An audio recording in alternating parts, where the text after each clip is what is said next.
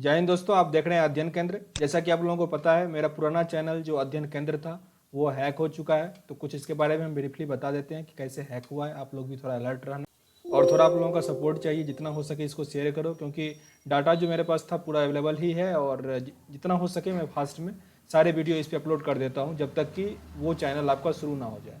अब आपको मेरा पुराना चैनल कुछ इस प्रकार दिख रहा होगा। कोशिश कर रहा हूँ कुछ दिनों में ये चैनल हमारा ठीक हो जाएगा। अगर हम बात करें कि हैक किस प्रकार हुआ था तो वो भी देख लो। हैक के लिए तो एक मेल आया हुआ था, क्या था डिटेल वो हम कुछ देर बाद बताएंगे, मीन्स अगले वीडियो में बता पाएंगे। ये डेस्कटॉप वही है जिसने मुझे हैक किया था, मेरे चैनल को हैक किया या मेरे डिवाइस को हैक किया था। ये एक यूएसए बेस्ड कंपनी थी या हैकर का कोई टीम था जो इस सिस्टम का यूज़ कर रहा था। किस प्रकार से किया था, तो मैंने अपने जीमेल पे 2 स्टेप वेरिफिकेशन ऑन कर रखा था, फिर भी उन्होंने कर लिया। पहले उसको टर्न ऑफ किया, मेरे मोबाइल पे कोई नोटिफिकेशन नहीं आया। फिर उसने मेरा मोबाइल नंबर चेंज कर दिया, फिर ईमेल जो रिकवरी मेल होता है आप लोग लगाते होंगे वो चेंज कर दिया। साथ ही 2 स्टेप वेरिफिकेशन को फिर से ऑन कर लिया, पहले ऑफ किया फिर ऑन किया, सब कुछ चेंज करने के बाद। और फिर उसने पासवर्ड चेंज कर दिया, नाम चेंज कर दिया। नाम उसने रख दिया था टेस्ला सीईओ और फोटो लगा दिया था इलोन मस्क का, जो स्पेस एक्स के ऑनर है, उनका फोटो लगा दिया गया था। मेरा चैनल मीन्स उस ईमेल आईडी से मैं 3 चैनल एक्सेस कर रहा था। जो सबसे मेरा पुराना चैनल ये था अध्ययन केंद्र, इस पर मैं आपको जीके का वीडियो या जीएस का वीडियो पढ़ाता था। और ये मैंने स्टार्ट ही किया था मैथ का, अध्ययन केंद्र मैथ, जहाँ सगीर अहमद का मैथ और एकेडमिक मैथ चल रहा था। तो ये चैनल पूरी तरह से मीन्स ना तो इस पर किसी सब्सक्राइबर को वीडियो शो हो रहा है, ना ही ये मुझे दिख रहा है। जैसे कि मैंने फोटो दिखाया, अब वो इस प्रकार का हो गया है। और अगर अध्ययन करें मैथ की बात करें तो इसमें आपको मैथ का वीडियो दिख रहा होगा, पर ये मेरे एक्सेस में नहीं है। मैं इस पर अभी कमेंट नहीं कर पा रहा हूँ, कुछ भी नहीं, ना ही वीडियो अपलोड कर पा रहा हूँ। पर जितना वीडियो है आप उसको देख सकते हो, कमेंट भी आप लोग कर सकते हो, सब कुछ कर सकते हो आप लोग इस पर। तो अभी आप लोग मेरे लिए कर सकते हो कि ट्विटर पर जितना हो सके मीन्स @अध्ययन केंद्र और @टीम यूट्यूब करके है, उसको आप ट्वीट करो, यानी तो मेरे ट्वीट को ही रिट्वीट करो और कमेंट में कुछ लिखो, ताकि कुछ यूट्यूब एक्शन ले और फास्ट में मेरा चैनल रिकवर हो जाए। मैंने जितना कोशिश करना था मैंने बहुत कोशिश किया ताकि वो चैनल फिर से रिवाइज हो जाए, क्योंकि 3 साल का मेहनत था और यह करने 1 मिनट या 1 घंटे में क्या कर दिया, उसको साफ कर दिया। ओके, तो जितना हो सके शेयर कीजिए। मैं बहुत तेज़ी से कंप्लीट करना चाहता हूँ कि सारे बुक आपके कंप्लीट हो जाए। जो भी वीडियो था मैं यहाँ पे अपलोड कर देता हूँ। तो बार बार रिपीट यही कर रहा हूँ कि जितना हो सके इसको शेयर कीजिए, ताकि मुझे भी थोड़ा इनकरेज हो, क्योंकि समझ सकते हो 3 साल का जो मेहनत होता है ना, चला जाए तो कितना डिसअपॉइंटेड होता है सब। तो मेरा सब भी वही है, तो प्लीज़ सपोर्ट कीजिए। चलिए आगे वीडियो देखिए, तब तक के लिए फिर से जय हिंद। जय हिंद दोस्तों, आप देख रहे हैं अध्ययन केंद्र। इस वीडियो के माध्यम से हम महेश कुमार वर्णवाल का ये बायोलॉजी स्टार्ट किए हुए हैं, क्योंकि फिजिक्स और केमिस्ट्री कंप्लीट था और ऑब्जेक्टिव ही पढ़ना है, तो बायोलॉजी का मैं तेजी से कंप्लीट कर देता हूँ, ठीक ना। और जो आपका चल रहा है, चाहे लूसेंट हो या एम पब्लिकेशन को, वो सब चलता रहेगा। बस ये तेजी से कंप्लीट कर देंगे, दिन में 1-2 वीडियो डाल डाल के। छोटा छोटा होता है इसमें, पर इंपॉर्टेंट होता है, इसलिए इसको एग्जाम से पहले कवर करना है। तो चलो आज का जो एक्सरसाइज है वो पहला एक्सरसाइज है, जीवन की उत्पत्ति या जीव विज्ञान के बारे में कुछ तथ्य है, उससे संबंधित ऑब्जेक्टिव प्रश्न है ये। पहला प्रश्न है अपना, जीव विज्ञान शब्द का प्रयोग सर्वप्रथम किसने किया? तो लेमार्क और ट्रिवेर्नस ने। लेमार्क और ट्रिवेर्नस ने। और इससे पहले जो फिजिक्स केमिस्ट्री का मैंने डाला था वो एक प्लेलिस्ट में है, लिंक डिस्क्रिप्शन बॉक्स में है, यानी तो टेलीग्राम से आप वो लिंक वहाँ से फाइंड कर सकते हो, मैंने वहाँ पे डाल रखा है, ठीक ना, देख लेना। और सारे बुक का भी डाला हूँ तो आसान होगा, देखना, देख ही लीजिएगा।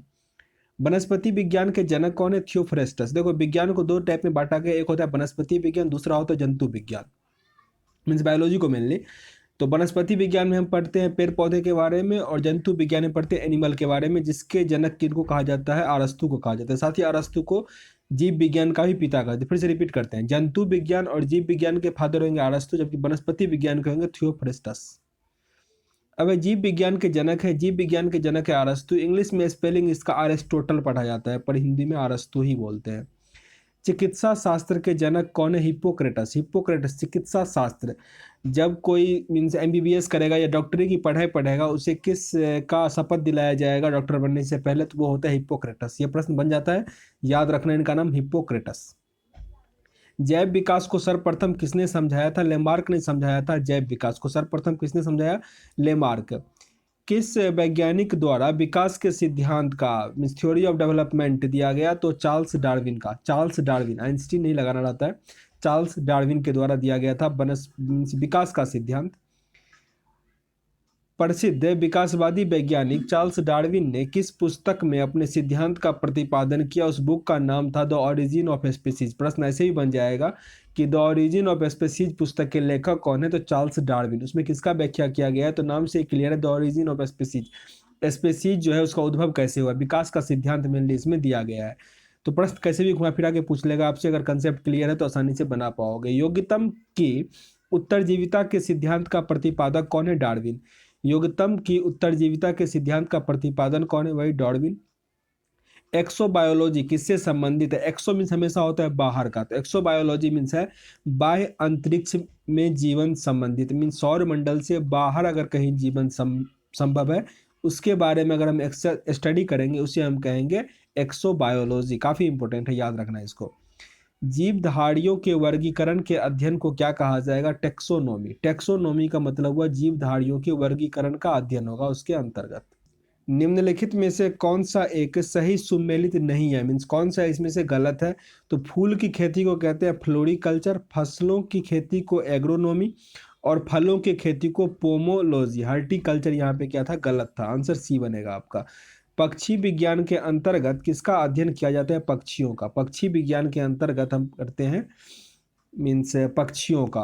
ऑर्निकोलॉजी कहा जाता है, जिसके जो सलीम अली थे एक साइंटिस्ट थे। और सलीम अली पक्षी अभ्यारण्य कहाँ पे? वो जम्मू कश्मीर में, इंडिया का सबसे बड़ा है। डीएनए फिंगरप्रिंट का प्रयोग किसके पहचान के लिए किया जाता है? तो चाहे वो माता पिता हो, चोर हो, बलात्कारी हो, कोई भी हो, किसी भी मीन्स व्यक्ति के पहचान के बारे में डीएनए टेस्ट किया जाता है उसका। निम्नलिखित तत्व समूहों में कौन सा पृथ्वी पर जीवन की उत्पत्ति के लिए उत्तरदायी होता है? तो कार्बन, हाइड्रोजन और नाइट्रोजन। जहाँ पे जीवन की उत्पत्ति होगी कार्बन प्रमुखतः उसमें होगा ही होगा। डार्विन के विकास के सिद्धांत के अनुसार जिराफ की गर्दन लंबी क्यों है? तो हालांकि ये कथन कहीं ना कहीं गलत हो जाता है, पर अभी तक कोई सटीक आंसर नहीं मिला, इसलिए हमको वही याद करना होगा। आंसर है पीढ़ी दर पीढ़ी ऊंचे पेड़ों पर पत्तों तक पहुंचने के सतत प्रयास के कारण जिराफ का गर्दन क्या हो गया? लंबा हो गया। ठीक ना, तो ये था डार्विन के अनुसार ऐसा कहा गया है, आपको ये याद रखना होगा।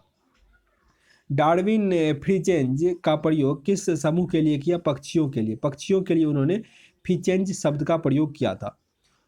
ह्यूगो डिब्रीज के किस सिद्धांत का प्रतिपादन किया था? तो उत्परिवर्तन का सिद्धांत किनके द्वारा दिया गया? ह्यूगो डिब्रीज के द्वारा। तो ये आपका लेसन में टोटल 17 प्रश्न थे, वो मैंने कंप्लीट कर लिया। उम्मीद करते हैं यहाँ से कुछ सीखने का मौका मिला होगा। सेशन अगर अच्छा लगा हो तो लाइक करना, नहीं पसंद है और डिसलाइक भी कर सकते हो, पर कारण जरूर बताना ताकि वीडियो को मैं इंप्रूव कर सकूँ। टोटल अप्रॉक्स 20 एक्सरसाइज है, बहुत तेजी से मैं कंप्लीट कर दूंगा इसको, क्योंकि बहुत कम एक्सरसाइज मीन्स प्रश्न होते हैं और सारे इंपॉर्टेंट होते हैं, तो एग्जाम में आपको हेल्प करता है।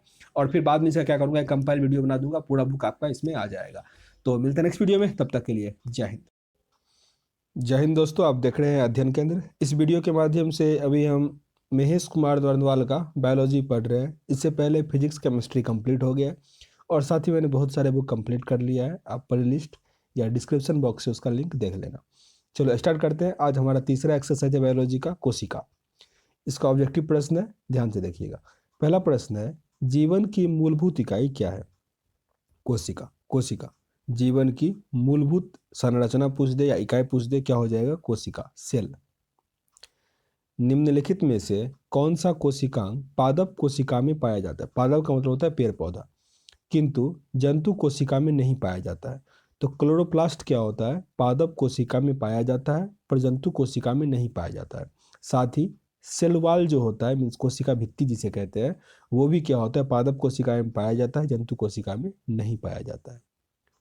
कोशिका का जीवित अंश जीव द्रव्य कहलाता है। यह किससे निर्मित होता है? मीन्स जीव द्रव्य जो होता है, जीव द्रव्य होता है कैसे? मान लो ये कोई कोशिका हुआ, इसका ये केंद्रक हुआ, इसके बीच में जो भी भरा होता है ना उसको कहा जाता है जीव द्रव्य। ठीक ना, तो इसमें क्या सब होता है? केंद्रिका द्रव्य होता है, केंद्रक द्रव्य होता है और अन्य कोशिकांग होता है। तो आंसर यहाँ पे क्या बनेगा आपका? डी बनेगा। जीव द्रव्य को प्रोटोप्लाज्म कहा जाता है। निम्नलिखित में से किन कोशिकाओं में नाभिक नहीं होता है? नाभिक नहीं होता है लाल रक्त कोशिका, ये बहुत इंपॉर्टेंट है।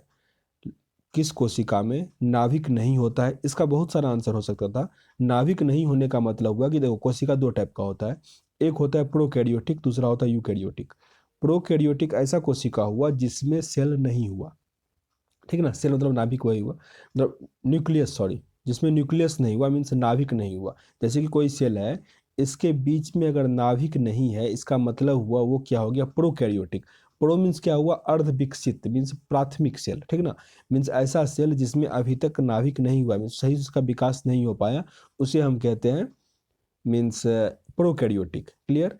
और जिसमें प्रोकैरियोटिक, जो प्रोकैरियोटिक सेल होगा जिसमें नाभिक नहीं होगा, उसमें कैंसर नहीं होगा। कभी भी शरीर में कैंसर होने का कारण लाल रक्त कोशिका नहीं होगा, याद रखना इस चीज को।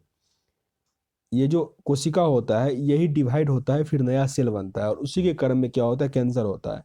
तो हालांकि उतना नहीं भी जानो तभी चलेगा, ये बस याद रखो, लाल रक्त कोशिका में नाभिक नहीं होता। बहुत इंपॉर्टेंट है ये प्रश्न। निम्नलिखित में से किसे कोशिकाओं का आत्मघाती बैग या आत्म हत्या का थैली कहा जाता है, वो होता है लाइसोसोम।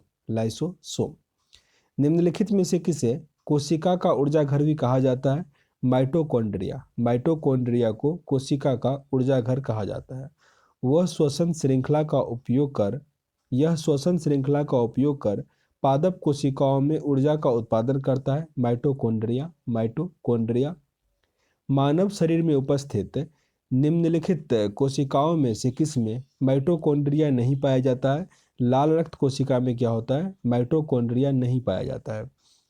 कोशिका में केंद्रक के अतिरिक्त किस कोशिकांग में डीएनए होता है, डीएनए होता है माइटोकॉन्ड्रिया में, डीएनए होता है माइटोकॉन्ड्रिया में। न्यूक्लियस के बाहर डीएनए कहाँ पाया जाता है, डीएनए पाया जाता है माइटोकॉन्ड्रिया में, माइटोकॉन्ड्रिया में डीएनए पाया जाता है। कमेंट बॉक्स में जरा डीएनए का फुल फॉर्म बताइएगा। निम्नलिखित में से क्या डीएनए में उपस्थित रहता है किंतु आरएनए में अनुपस्थित रहता है, मीन्स डीएनए में होगा और आरएनए में नहीं होता है। थायमीन। थायमीन। थायमीन एक प्रकार का प्रोटीन है। आरएनए का प्राथमिक कार्य क्या है, प्रोटीन संश्लेषण। आरएनए का प्राथमिक कार्य क्या है, प्रोटीन का संश्लेषण करना। अनुवांशिक यूनिट अर्थात जीन होते हैं गुणसूत्रों में। जीन किस में होता है, गुणसूत्र में। और मानव में गुणसूत्रों की संख्या कितनी होती है, 23 जोड़ा या नहीं तो 46, ठीक ना। इसी से क्या होता है, लिंग का निर्धारण होता है, मीन्स होने वाला बच्चा मेल होगा या फीमेल होगा। महिलाओं में होता है एक्स एक्स, पुरुषों में होता है एक्स वाई। अगर पुरुष से एक्स जीन आएगा तो एक्स एक्स बनेगा, मीन्स क्या होगा, सॉरी मैंने गलत से बोला, पुरुषों में होता है एक्स वाई और महिलाओं में क्या होता है, एक्स एक्स होता है। अगर पुरुषों से एक्स जीन आ गया तो बच्चा होने वाला क्या होगा, एक्स एक्स बन जाएगा, मीन्स फीमेल हो जाएगा। अगर पुरुषों से वाई आएगा तो क्या बन जाएगा, एक्स और वाई बनेगा, मीन्स बच्चा क्या होगा, मेल होगा, ठीक ना। तो लिंग निर्धारण का डायरेक्ट श्रेय किसको जाता है, पुरुष को जाता है, महिलाओं को नहीं। ये प्रश्न एग्जाम में पूछा जाता है। सर्वप्रथम डीएनए को किसने अलग किया था, फ्रेडरिक मिशर ने। फ्रेडरिक मिशर ने। डीएनए को दो स्ट्रैंड किस प्रकार बंधे होते हैं, हाइड्रोजन बॉन्ड द्वारा। काफी इंपॉर्टेंट है। डीएनए में दो स्ट्रैंड किस प्रकार बंधे होते हैं, हाइड्रोजन बॉन्ड में वो बंधे होते हैं। विषाणु में निम्नलिखित में से कौन सी एक विशेषता नहीं होती है, उसमें कोशिका भित्ति नहीं होता। कोशिका भित्ति मीन सेल वॉल क्या होता है, उसमें नहीं होता है। विषाणु में होता क्या है, या तो आरएनए होगा या डीएनए होगा। विषाणु में क्या होगा, या तो आरएनए या डीएनए होगा। यूकैरियोटिक कोशिका में प्लाज्मा झिल्ली किसमें निर्मित होता है, फॉस्फोलिम्फोप्रोटीन, फॉस्फोलिपोप्रोटीन से। निम्नलिखित में से किस अवस्था में जाने पर कोशिका आगे विभाजन नहीं होता, G0 जब उसका अवस्था हो जाता है तब वो क्या होता है, कोशिका विभाजन नहीं होगा। मीन G0 काफी इनिशियल फेज हुआ जिसमें क्या होता है, केंद्रक नहीं होता तो उसमें विभाजन नहीं होता है। किस वैज्ञानिक ने जीव द्रव्य को जीवन का भौतिक आधार कहा है, हॉक्सले ने। हॉक्सले ने जीव द्रव्य को मीन्स भौतिक आधार कहा है जीवन का। लाइसोसोम है एक पाचन केंद्र, लाइसोसोम एक पाचन केंद्र है। पादप कोशिका में पाए जाने वाले कोशिकांग जो जंतु कोशिका में नहीं होते क्या कहलाता है, हरित लवक।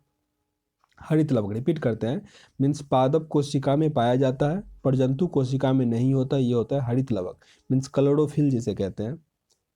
अगर क्लोरोफिल मानव जाति में भी होता तो हम लोग क्या करते, सूर्य के प्रकाश में हम लोग भोजन बना पाते। जब गुणसूत्रों के बिना विभाजन के कोशिका में विभाजन होता है तो उसे हम क्या कहते हैं, असूत्री विभाजन या इमाइटोसिस। इमाइटोसिस। कोशिका झिल्ली किसकी बनी होती है, कोशिका झिल्ली मीन्स सेल वॉल ये प्रोटीन एवं लिपिड का बना होता है, प्रोटीन और लिपिड का, याद रखना। ये भी मीन्स पादप कोशिका में होता है, मीन्स मनुष्य कोशिका में नहीं होता, जंतु कोशिका में नहीं होता। मनुष्य में कितना जोड़ा गुणसूत्र होता है, देखो कितना जोड़ा लिखा है तो 23 होगा, और अगर कितना गुणसूत्र होता है तब 46 होता है। यहाँ पे आंसर आपका 23 होगा, 23। निम्नलिखित में से किस वैज्ञानिक को कोशिका विज्ञान का जनक कहा जाता है? रॉबर्ट हुक को। रॉबर्ट हुक ने कोशिका का खोज किया था, इसीलिए उन्हें कोशिका विज्ञान का जनक कहा जाता है। निम्नलिखित में से कौन से जीव कोशिका सिद्धांत का पालन नहीं करता? विषाणु। विषाणु कोशिका सिद्धांत का पालन नहीं करता क्योंकि इसमें किसी किसी विषाणु में डीएनए होगा, किसी किसी में आरएनए होगा। विषाणु हर कुछ में मीन्स अलग है। इसे कभी कभी सजीव भी कह सकते हो, कभी कभी निर्जीव भी कह सकते हो, क्योंकि ये लंबे समय तक मीन्स निष्क्रिय रह जाता है, ठीक ना। तो विषाणु सब में एक एक्सेप्शन बन जाता है। निम्नलिखित में से किस जीवाणु को सजीव एवं निर्जीव के मध्य की कड़ी माना जाता है? वही प्रश्न आ गया, विषाणु को। विषाणु सजीव भी है, निर्जीव भी है। यहाँ पे वर्ग ए और वर्ग 2 दिया गया, इसमें आपको सही तरीके से मिलाना है। पहला यहाँ पे सबसे बड़ी पादप कोशिका कौन सा हो जाएगा? क्लेरपा टॉक्सिफोबिया। देखो जो याद है पहले उसको कर लेते हैं, सबसे आसान होगा। सबसे बड़ी कोशिका क्या होता है? शुतुरमुर्ग का अंडा। सबसे बड़ी कोशिका शुतुरमुर्ग का अंडा। मानव के शरीर का सबसे बड़ा कोशिका नर्वस सिस्टम, तंत्रिका तंत्र। पुरुष में सबसे छोटी कोशिका शुक्राणु। और फिर ये बच गया, इसका ये आंसर हो जाएगा। सबसे बड़ी कोशिका कालेर्पो टेक्सीफोलिया। नेक्स्ट फिर आपको यहाँ पे मीन्स मिलान करना है। यहाँ पे पहला है पादप कोशिका भित्ति, इसका है सेलुलोज। और सेलुलोज का शुद्ध रूप क्या होता है? कागज। याद रखना, सेलुलोज का शुद्ध रूप क्या होगा? कागज होगा।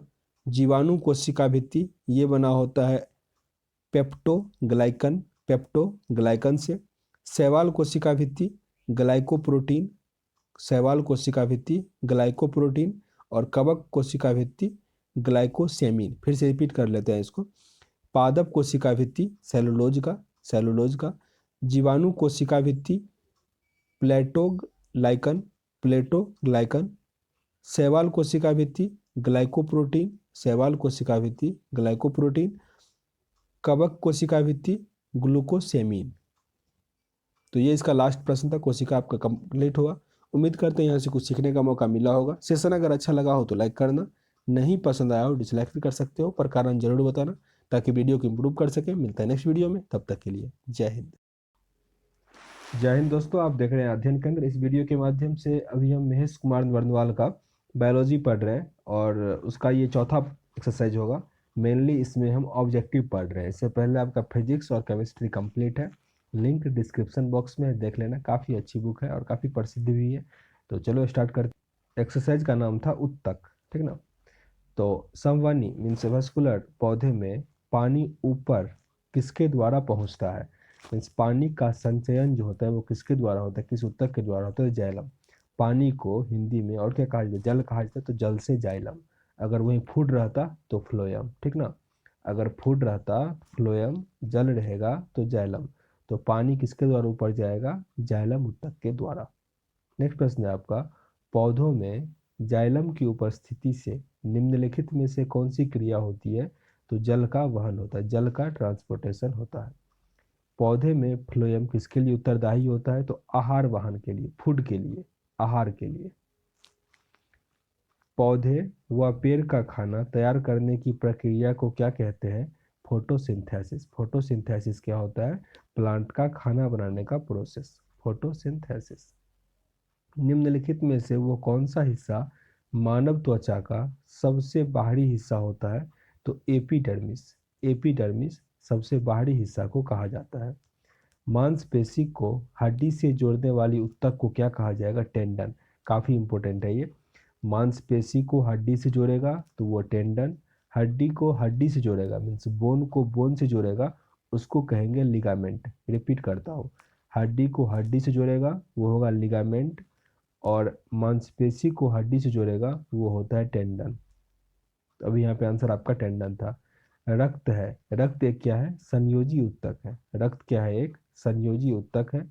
मानव रक्त का पीएच कितना होता है अनुमानित? 7.4। 7.4 पीएच का फुल फॉर्म होता है पोटेंशियल ऑफ हाइड्रोजन, ठीक ना। साथ ही पावर ऑफ हाइड्रोजन भी होता है।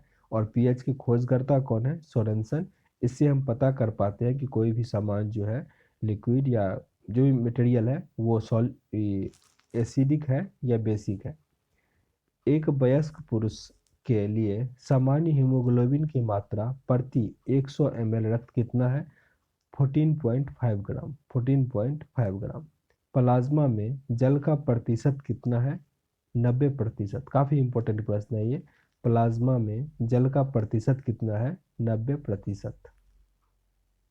मनुष्य की लाल रक्त कोशिकाओं का मीन्स रेड ब्लड सेल जो है आरबीसी, उसका जीवन काल कितना होता है? 120 दिन। 120 दिन। वही डब्ल्यूबीसी का कितना होता है? 3 से 4 दिन तक। श्वेत रक्त कणिकाएं मीन्स डब्ल्यूबीसी कितने प्रकार की होती है? 5 प्रकार की। 5 प्रकार की। रक्त समूह का खोज किसने किया था? लैंडस्टीनर ने। काफी इंपॉर्टेंट प्रश्न है। लैंडस्टीनर ने खोज किया था ब्लड ग्रुप का। पौधे के कुछ भाग जैसे पत्ते और तने मोड़ने पर बिना टूटे आसानी से मुड़ जाते हैं। इसकी नम्यता का कारण इसकी बहुतायत माना जाता है। मीन्स उसके ऊपर क्या होता है? मृदु तक होता है। मृदु तक होता है। कथन ए और बी दिया गया है जिसमें से कौन सा कथन सही है और कौन सा कथन गलत है ये आपको बताना होता है। तो कथन ए है रुधिर मीन्स ब्लड हुआ। ब्लड समूह ए बी की लाल रुधिर कणिकाओं में कोई एंटीजन नहीं होता, इसीलिए अन्य किसी रुधिर समूह के साथ समूहन नहीं होता है। यहाँ पे आर दिया ही नहीं है, बस ये समझो। अच्छा, ए ऊपर दिया होगा ना, ए ऊपर है। ए बी रुधिर समूह के लोग सार्वभौमिक प्राप्त करता होते हैं मीन्स यूनिवर्सल एक्सेप्टर ग्रुप होता है। बिल्कुल सही है। ओ क्या होता है? यूनिवर्सल डोनर होता है। और एक्सेप्टर कौन होता है? ए बी होता है। मीन्स एक्सेप्टर का मतलब हुआ वो किसी से ब्लड ले सकता है, ए बी, और किसी को भी ब्लड दे सकता है, वो होता है ओ। याद रखना, ब्लड देते टाइम में एंटीजन देखा जाता है, ठीक ना, और लेते टाइम में एंटीबॉडी देखा जाता है। यहाँ पे लिखा है कि ए बी जो है इसमें एंटीजन नहीं होता, लेने वाले में एंटीजन देखा ही नहीं, एंटीबॉडी का काम है वहाँ पे, ठीक ना। तो आंसर आपका क्या हो रहा है यहाँ पे? सी। ए गलत, ए सही है और आर गलत है। लिगामेंट व टेंडन क्या है? दोनों संयोजी तंतुमय ऊतक है। संयोजी तंतुमय ऊतक है। फिर से रिपीट करते हैं। लिगामेंट क्या करता है? बोन और बोन को जोड़ता है, जबकि टेंडन क्या करता है? बोन और मांसपेशी को जोड़ता है। ऊंट का कुबर किस ऊतक से निर्मित होता है? वसामय, फैट ऊतक होता है उसमें, वसामय ऊतक होता है। त्वचा के बाहरी स्तर पर बनने वाले ऊतक का नाम क्या है? साल्की ऊतक। साल्की ऊतक। ऐच्छिक पेशी पाई जाती है पित्ताशय में, पित्ताशय में, गोल्ड ब्लैडर में। निम्नलिखित में से कौन एक शरीर को गर्म रखने हेतु उत्तरदायी होता है? वसामय ऊतक। हमारे शरीर में जो फैट होता है वही क्या करता है? हमारे शरीर को मेनली गर्म रखने में हेल्प करता है। हिस्टोलॉजी के अंतर्गत निम्नलिखित में से किसका अध्ययन किया जाता है? ऊतक का। ऊतक का अध्ययन हम हिस्टोलॉजी के अंतर्गत करते हैं। निम्नलिखित में से पादप ऊतक का एक प्रकार नहीं है।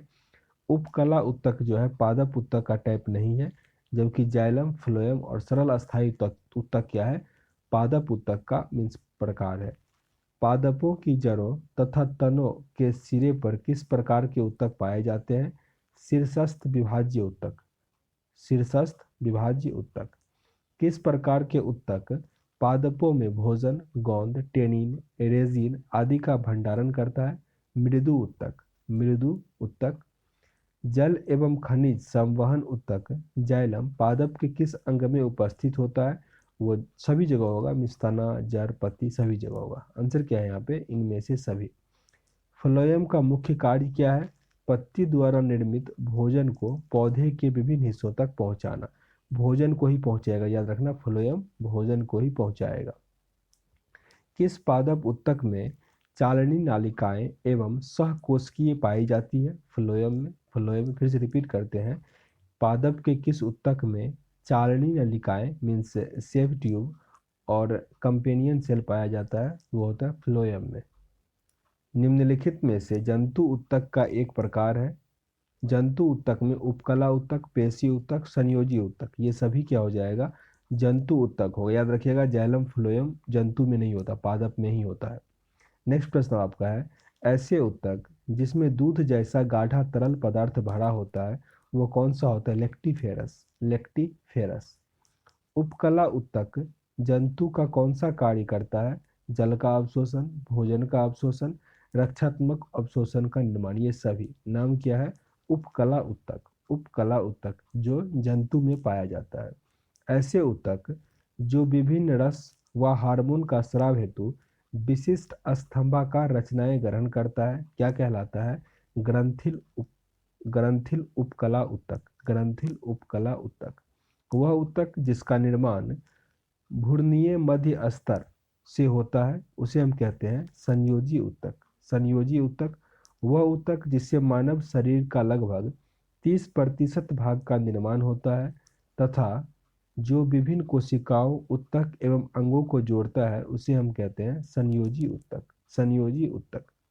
रुधिर एवं लसिका किस प्रकार के उत्तक है? तरल संयोजी उत्तक। तरल संयोजी उत्तक, रुधिर और लसिका।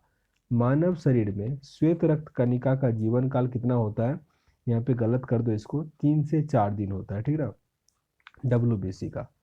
मानव शरीर के किस अंग को लाल रक्त कणिकाओं का कब्रिस्तान कहा जाता है? प्लीहा को। प्लीहा को। और बनता कहाँ पे है? अस्थि मज्जा में, बोन मैरो में। तो टोटल 36 प्रश्न थे एक्सरसाइज में मैंने कंप्लीट किया।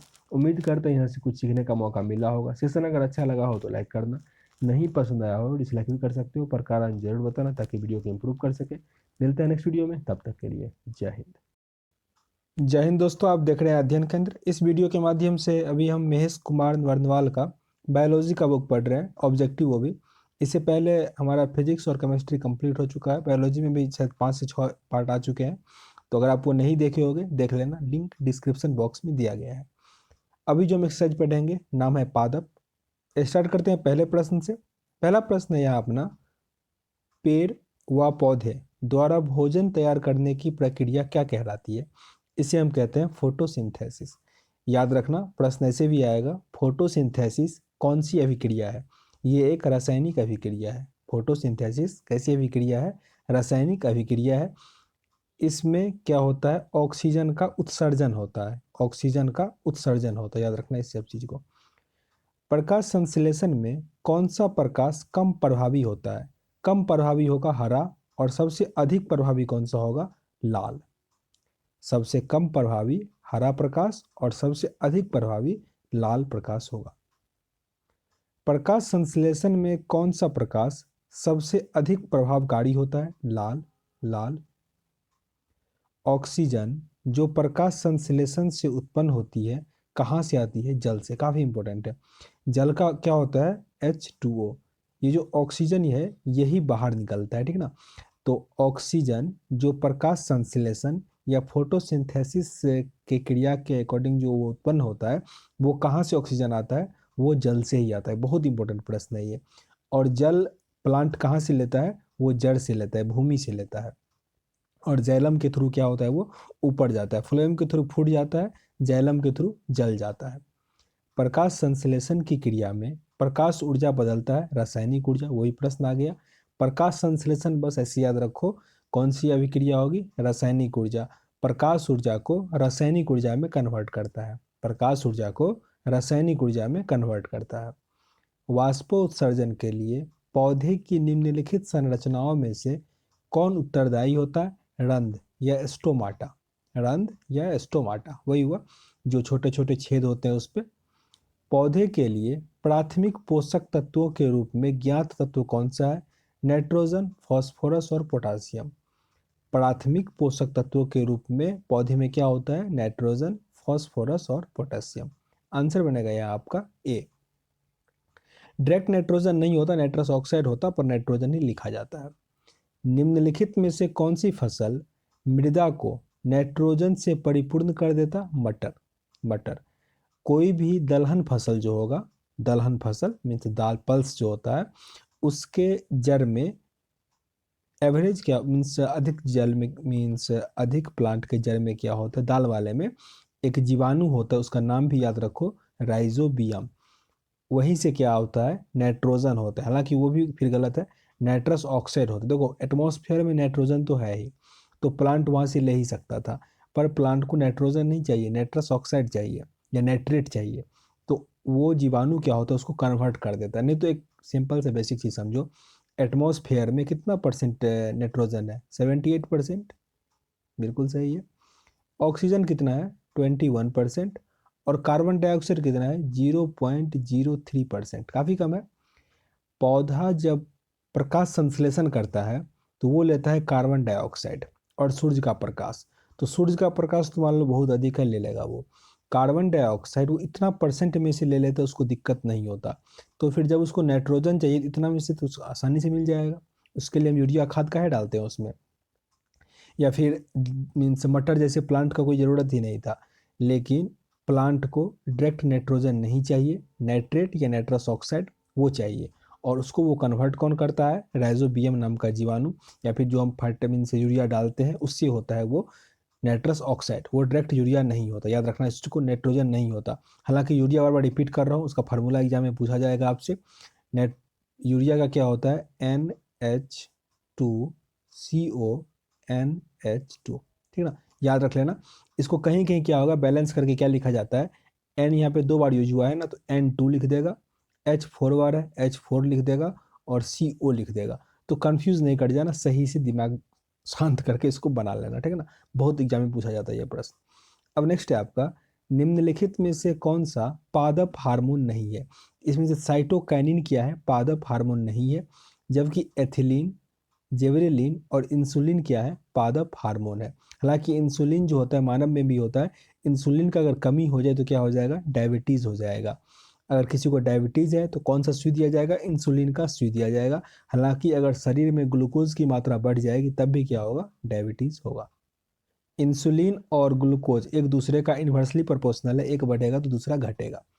निम्नलिखित में से कौन सा पादप हार्मोन है? साइटोकाइनिन क्या है? इसमें पादप हार्मोन है। बोने पौधे को किसके अनुप्रयोग, यहाँ पे 9 नंबर प्रश्न गलत कर लो, ठीक ना। ये जो है पादप हार्मोन वहाँ पे गलत दे दिया गया है, नहीं लिखा था। तो साइटोकाइनिन क्या है? पादप हार्मोन है। जबकि ये सब क्या है? जंतु हार्मोन है। मीन्स पादप और जंतु, हाँ जंतु हार्मोन है। जैसे थायरोक्सिन, इंसुलिन, एस्ट्रोजन, ये सब ह्यूमन में पाया जाता है, मीन्स जंतु में पाया जाता है ये। बौने पौधे को किसके अनुप्रयोग से लंबा किया जा सकता है? साइटोकाइनिन से। साइटोकाइनिन एक एंजाइम होता है पौधे में जिससे बौने पौधे को बड़ा किया जाता है। दूसरा ये भी काफ़ी इंपॉर्टेंट है, ऑक्सीन। हालांकि ये ऑक्सीटोसिन होता है। इससे क्या होता है? जो प्लांट में फल नहीं आ रहा है उसमें प्रयोग किया जाता है। या फिर महिलाओं में मीन्स जब डिलीवरी का टाइम होता है उस टाइम इसका यूज किया जाता है। या फिर गाय में दूध को बढ़ाने के लिए, मीन्स फर्टिलिटी या प्रोडक्टिविटी बढ़ाने के लिए हम ऑक्सीटोसिन का प्रयोग करते हैं। सब कुछ में, प्लांट में भी, ठीक ना। और साइटोकाइनिन के लिए प्लांट में बढ़ने के लिए ये हेल्प होता है। दोनों इंपॉर्टेंट है, याद रखना। वह खाद जो किसी एथलीट को तत्काल ऊर्जा प्रदान करता है वो क्या होता है? ग्लूकोज। हमको एनर्जी कहाँ से मिलता है? मीन्स इंस्टेंट एनर्जी कहाँ से मिलता है? वो मिलता है आपको कार्बोहाइड्रेट से। और सबसे अधिक कार्बोहाइड्रेट किस में होता है? ग्लूकोज में। तो आंसर क्या बनेगा? ग्लूकोज में। अगर यहाँ पे बस ऊर्जा लिखा रहा, तत्काल नहीं लिखा रहा, तो हम मक्खन पे भी टिक करते हैं, क्योंकि मक्खन में क्या होता है? फैट होता है, और फैट में अधिक एनर्जी होता है। लेकिन अगर इंस्टेंट एनर्जी, तत्काल ऊर्जा हो, तब आपको ग्लूकोज या कार्बोहाइड्रेट पे टिक करना पड़ेगा। अगर कंपेरिजन में दे दे कि इनमें से, मीन्स कार्बोहाइड्रेट और फैट दोनों में से किस में अधिक एनर्जी होगा, तब आप फैट पे टिक करोगे। प्रचुरतम मात्रा में खाद्य प्रोटीन के 2 ज्ञात स्रोत निम्नलिखित में से कौन सा है? तो सोयाबीन और मूंगफली। कहीं कहीं आपको मूंगफली के बदले में मीन्स वो मिल जाएगा, फंगी के टाइप का होता है, उसको क्या कहा जाता है, मेरा नाम ही भी भूल गया हूँ, ठीक ना, इस शेप का होता है फंगी का एक। तो सोयाबीन और ये मूंगफली, हालांकि अभी दिया हुआ है यहाँ पे और ऑप्शन में वो है नहीं, मुझे ध्यान याद नहीं आ रहा उसका नाम। निम्नलिखित में से कौन प्रोटीन का सबसे अच्छा स्रोत है? मूंगफली, मूंगफली। अगर ऑप्शन में यहाँ पे क्या रहता, सोयाबीन रहता, तो उस पर टिक करोगे। सबसे अधिक प्रोटीन होता है सोयाबीन में, फिर मूंगफली। दूध में पाया जाने वाला मुख्य प्रोटीन कौन सा होता है? Casein, casein. दूध में कौन सा प्रोटीन होता है? केसीन। दूध का श्वेत रंग निम्नलिखित में से किसकी उपस्थिति के कारण होता है? केसीन के कारण, केसीन के कारण। गाय के दूध का रंग किसकी उपस्थिति के कारण हल्का पीला होता है? कैरोटीन। बहुत इंपॉर्टेंट है ये सब प्रश्न, कैरोटीन। और उजला क्यों होता है? केसीन के कारण। निम्नलिखित में से यौगिक के किस समूह को सहायक आहार कारक कहा जाता है? विटामिन को। विटामिन से हमको एनर्जी नहीं मिलता, बस वो क्या है, सहायक आहार कारक है। मीन्स वो हमारे शरीर को हेल्प करता है बस, ना ही वो बॉडी बिल्डिंग फूड है और ना ही ये हमको क्या करता है, एनर्जी देता है, बस वो प्रोटेक्ट करता है। बॉडी बिल्डिंग फूड कौन सा होता है आपका, प्रोटीन होता है, प्रोटीन। अच्छा याद आ गया मुझे नाम उसका, मशरूम है। मीन्स क्या कह रहा था, सबसे अधिक प्रोटीन किस में होता है, सोयाबीन, मशरूम और फिर आपका मूंगफली आता है, तीसरे स्थान पे मूंगफली आता है। पर आपके ऑप्शन में जो भी हो टिक करना, याद रखना मशरूम काफ़ी देता है, उसमें प्रोटीन होता है। नेक्स्ट प्रश्न है आपका, निम्नलिखित में से कौन सी विटामिन जल में घुलनशील है। विटामिन बी और विटामिन सी क्या है, जल में घुलनशील है। जल के जगह पे अगर यहाँ पे फैट लिख देता, वसा लिख देता, ठीक है ना, वसा लिख देता, प्रश्न ऐसे आएगा कि इनमें से कौन सा विटामिन वसा में घुलनशील है। तो बी और सी को छोड़कर जो भी विटामिन है, जैसे ए, डी, ई, के, ये सब क्या है, वसा में घुलनशील है। जबकि विटामिन बी और विटामिन सी क्या है, जल में घुलनशील है। आंसर यहाँ पे बी था। विटामिन ए को डैश के नाम से जाना जाता है, रेटिनॉल, काफ़ी इंपॉर्टेंट है। रेटिनॉल होता है विटामिन ए। कैल्सीफेरॉल कौन सा है, विटामिन डी, क्योंकि उसमें कैल्शियम होता है इसलिए कैल्सीफेरॉल। निम्नलिखित में से कौन सा फल विटामिन ए का प्रचुरतम स्रोत है, आम। इसमें से आम में क्या है, विटामिन ए है। पपीता की बात करें तो पपीता में सब विटामिन है। प्रश्न अगर ऐसे आ जाए कि कौन से फ्रूट में सब विटामिन पाया जाता है, तो वो होगा आपका पपीता, ठीक है ना। और कौन सा मीन्स असत्य फल है, तो असत्य फल में हो जाएगा आपका सेब। सेब रियल में फल नहीं है, वो क्या है, एक सब्जी है। मानव शरीर में विटामिन ए कहाँ भंडारित होता है, यकृत में। बहुत इंपॉर्टेंट है ये प्रश्न, विटामिन ए कहाँ भंडारित होता है, यकृत में। निम्नलिखित में से कौन सा विटामिन प्रतिरक्षा प्रदान करता है। विटामिन ए क्या करता है, प्रतिरक्षा प्रदान करता है। लेकिन अगर ये पूछ दे कि हमारे शरीर में प्रतिरक्षक का काम कौन करता है, तब आपको WBC पे टिक करना होता है, व्हाइट ब्लड कॉर्पस्क्यूल या व्हाइट ब्लड सेल पे, ठीक है ना, याद रखिएगा इस चीज़ को। जब किसी को एड्स होता है तो वही WBC खत्म हो जाएगा, मीन्स काम करना बंद कर देता है।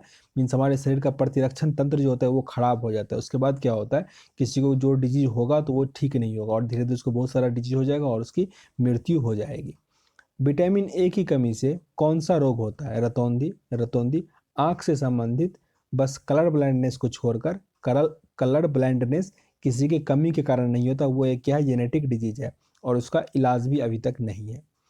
पेलाग्रा और स्कर्वी रोग क्रमशः कौन से विटामिन की कमी से होता है। देखो स्कर्वी तो काफ़ी आसान है याद करना, विटामिन सी का रासायनिक नाम भी क्या होता है, स्कर्विक एसिड, और विटामिन सी के कमी से होता है स्कर्वी। विटामिन B3 से होता है पेलाग्रा, विटामिन B3 से पेलाग्रा होता है, याद रखिएगा इसको। विटामिन B12 से कौन सा रोग आयन उपस्थित होता है। तो विटामिन B12 का अगर रासायनिक नाम आपको याद हो, इसका नाम कोबाल्टोसिन करके नाम है, ठीक है ना। तो विटामिन B12 में क्या होता है, कोबाल्ट होता है। बेल जो खाते हैं, बेलपत्र जो देखते हो, उसमें बेल एक आता है फ्रूट, तो बेल खाने से क्या होता है, उसमें B12 होता है, कोबाल्ट होता है। और साथ ही कोबाल्ट 60 का प्रयोग हम किस में करते हैं, कैंसर के उपचार के लिए। तो इतना सारा याद रखो आप। निम्नलिखित में से किस विटामिन को आर्गे कैल्सीफेरॉल, यही आ गया कैल्सीफेरॉल, ये कौन सा है, D2, कैल्शियम है इसलिए कैल्सीफेरॉल। आर्गो नहीं लगा रहेगा आपके एग्जाम में, बस कैल्सीफेरॉल लिखा रहता है। ये होता है आपका विटामिन D2 या डी लिखा रहेगा बस। कैल्सीफेरॉल रासायनिक यौगिक का रासायनिक नाम क्या है, vitamin D. Means vitamin D का क्या होता है, कैल्सीफेरॉल। मछली से प्राप्त होने वाला कॉड लिवर तेल किस विटामिन से समृद्ध होता है, विटामिन डी। मीन्स मछली से जो तेल प्राप्त होता है उसमें कौन सा विटामिन होता है, तो विटामिन डी काफ़ी अधिक मात्रा में होता है। निम्नलिखित में से कौन सा विटामिन ई का सबसे अच्छा स्रोत है, ताज़ी सब्जियां विटामिन ई का सबसे अच्छा स्रोत है। निम्नलिखित में से कौन सा सही सुमेलित नहीं है, मीन्स गलत है। विटामिन डी का क्या होता है, कैल्सीफेरॉल, अभी पढ़े थे। विटामिन सी का स्कर्वी एसिड याद कर लो, विटामिन B1 का थायमीन, और विटामिन के का नेफ्थिलोक्विनोन, विटामिन के का नेफ्थिक्विनोन। विटामिन B1 का थायमीन, विटामिन सी का स्कर्विक एसिड, विटामिन डी का क्या मैंने कहा अभी, कैल्सीफेरॉल, और रेटिनॉल किसका होता है, विटामिन ए का। निम्नलिखित में से कौन सा युग्म सुमेलित नहीं है, मीन्स कौन सा गलत है। तो विटामिन B1 संतरा में होता है, विटामिन डी कॉड यकृत तेल में, मीन्स मछली के तेल में, विटामिन ई होता है गेहूं अंकुर के तेल में, और विटामिन के होता है अल्फा अल्फा में। यहाँ पे क्या है, सभी सही था, इसीलिए किसी में टिक नहीं किया गया। एक गिलास पानी पीने में कितनी कैलोरी मिलती है? शून्य। पानी में क्या होता है, कैलोरी मीन्स हुआ एनर्जी, आपको एनर्जी पानी पीने से नहीं मिलता है। पानी क्या करता है, हमारे शरीर को डाइजेस्ट करता है, डाइजेस्ट करने में हेल्प करता है। घेंघा नामक रोग किस तत्व की कमी के कारण होता है? आयोडीन। आयोडीन की कमी से क्या होता है? घेंघा। घेंघा को इंग्लिश में ग्वैटर कहा जाता है, हिंदी में भी आपको ग्वैटर करके लिख देगा, ठीक है ना। तो ये टर्म याद रखो, ग्वैटर क्या होता है? घेंघा, आयोडीन की कमी से। शरीर, उसको कुछ गला सूखा या कुछ ऐसा भी कहा जाता है, तो याद रखना, अगर कुछ ऐसा प्रश्न है तो टिक कर लेना। शरीर के अंदर लौह तत्व की कमी से उत्पन्न होने वाला रोग कौन सा है? रक्तहीनता। रक्तहीनता। आयोडीन की कमी से होने वाला रोग कौन सा है? सॉरी, आयोडीन की कमी से ही, वही लो रक्त की कमी से कौन सा रोग होगा? रक्तहीनता, या आयोडीन का कमी कहा जाता है उसको। सॉरी, वो अलग है। आयोडीन की कमी से जो होगा उसको क्या कहा जाएगा? घेंघा रोग कहा जाएगा। लोह रक्त की कमी से उसको रक्तहीनता ही कहा जाएगा। निम्नलिखित में से कौन सा फल स्कर्वी रोग के उपचार में उपयोगी होते हैं? तो स्कर्वी एसिड, विटामिन सी किस में होता है? आंवला में। तो विटामिन सी, स्कर्वी फल, आंसर होगा यहाँ पे सी। एक प्रश्न और आएगा कि दूध में कौन सा विटामिन नहीं होता? तो दूध में विटामिन सी नहीं होता। एक प्रश्न और, किसी भी फल को अगर गर्म करते हैं, सब्जी को गर्म करते हैं अधिक देर तक, इसमें से कौन सा विटामिन नष्ट हो जाता है? तो विटामिन सी। याद रखना इस सब चीज को। आगे प्रश्न है, निम्नलिखित में से कौन सा एक मूल तत्व पत्ते के हरे वर्णन में मीन्स उपस्थित होता है? काफी इंपॉर्टेंट है। पत्ते में कौन सा मूल तत्व होता है? एक तत्व होता है, तो होता है मैग्नीशियम। बहुत इंपॉर्टेंट है ये। पत्ते में कौन सा तत्व होता है? मैग्नीशियम। निम्नलिखित में से कौन सी गैस प्रकाश संश्लेषण प्रक्रिया के लिए आवश्यक है? स्टूडेंट गलती करते हैं इसमें, आवश्यक पूछ रहा है, क्या चाहिए उसको, तो वो होगा कार्बन डाइऑक्साइड, ना कि ऑक्सीजन। ऑक्सीजन वो रिलीज करता है, उसको चाहिए क्या? Carbon dioxide. निम्नलिखित में से किस खनिज की हीनता से प्रतिरक्षा न्यूनता होने की सबसे अधिक संभावना है? जस्ता। जस्ता कम होगा तो क्या होगा? प्रतिरक्षा भी क्या होगा? कम हो जाएगा। यहाँ पे सूची 1 और 2 दिया गया, मीन्स आपको यहाँ पे मिलान करना है। सबसे अधिक लोहा आयरन किससे मिलता है? पालक के साग से। पोटासियम का है केला और खजूर। आयोडीन मीन्स आयोडीन युक्त नमक खाने से मिलेगा। कैल्शियम दूध और अंडे से, दूध और अंडे से। फिर यहाँ पे आपको क्या करना है? सुमेलित करना है। विटामिन ए का भी याद किए हुए थे, रेटिनॉल। रेटिनॉल मीन्स रेटिना पे इम्पैक्ट डालेगा, इसलिए रेटिनॉल, ठीक ना।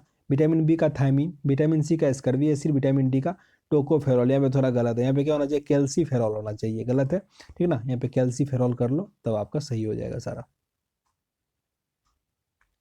निम्नलिखित विटामिन में किसकी सक्रियता के लिए कोबाल्ट की आवश्यकता होता है?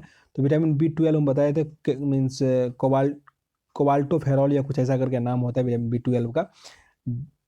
और ये कोबाल्ट 60 का प्रयोग किसमें करते हैं हम लोग? कैंसर के उपचार के लिए। शीत कोष्ठ में भंडारित फल अधिक समय तक चलता है क्योंकि श्वसन की दर क्या होती है? उसमें घट जाती है, श्वसन की दर घट जाती है। निम्नलिखित में से कौन सा हार्मोन पादप हार्मोनों को इस प्रकार बढ़ने के लिए प्रेरित करता है जिससे पादप प्रकाश की ओर मुड़ा हुआ प्रतीत होता है? वहां पे क्या होता है? ऑक्सीन। ऑक्सीन। हालांकि साइटोकाइनिन भी होता है, यहाँ पे जो साइटोकाइनिन लिखा है ये भी होता है, बस बौने पौधे को, जो पौधा नहीं बढ़ रहा है उसमें हम इसका प्रयोग करते हैं। लेकिन अगर ऑक्सीन दे देते हैं तो क्या होता है? उसमें फल पत्ती ये सब सब कुछ आना शुरू हो जाता है। निम्नलिखित में से कौन सा पादप हार्मोन मुख्यतः फल परिपक्वता के लिए उत्तरदायी होता है? तो एथिलीन। फल को पकाने के लिए कौन सा पादप हार्मोन चाहिए? एथिलीन। एथिलीन। वैसे भी फल को पकाने में किसका प्रयोग किया जाएगा कृत्रिम रूप से? तो एथिलीन का। निम्नलिखित में से किसका निर्माण हमारे शरीर में नहीं होता?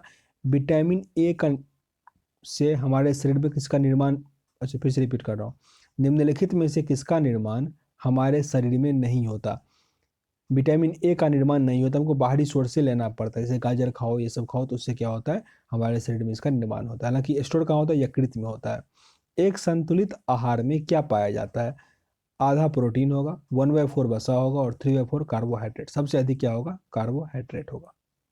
निम्नलिखित भोजन में से किसके द्वारा प्रति ग्राम सर्वाधिक ऊर्जा प्राप्त होगा? तो फैट मीन्स वसा से।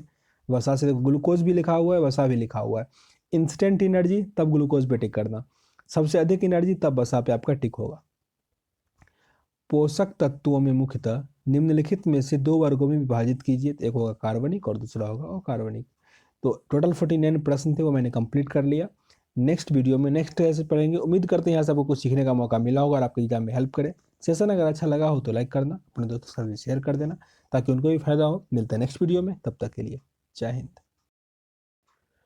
जय हिंद दोस्तों, आप देख रहे हैं अध्ययन केंद्र। इस वीडियो के माध्यम से अभी हम महेश कुमार वर्धवाल का बायोलॉजी पढ़ रहे हैं। इससे पहले मैंने फिजिक्स और केमिस्ट्री कंप्लीट कर लिया है, लिंक डिस्क्रिप्शन बॉक्स में, वहाँ से आप देख सकते हो। साथ ही मैंने बहुत सारा और बुक कंप्लीट किया है, लुसेंट, एसपीडी, अचीवमेंट, ये सब कंप्लीट है आपका। तो अभी हम पढ़ेंगे बायोलॉजी में अस्थियाँ मीन्स बोन, ठीक ना। तो चलो स्टार्ट करते हैं पहले प्रश्न से। ध्यान से देखिएगा, सारे प्रश्न इंपॉर्टेंट है। पहला प्रश्न है हमारा, लाल रक्त कोशिका मीन्स आरबीसी का निर्माण हमारे शरीर के किस भाग में होता है।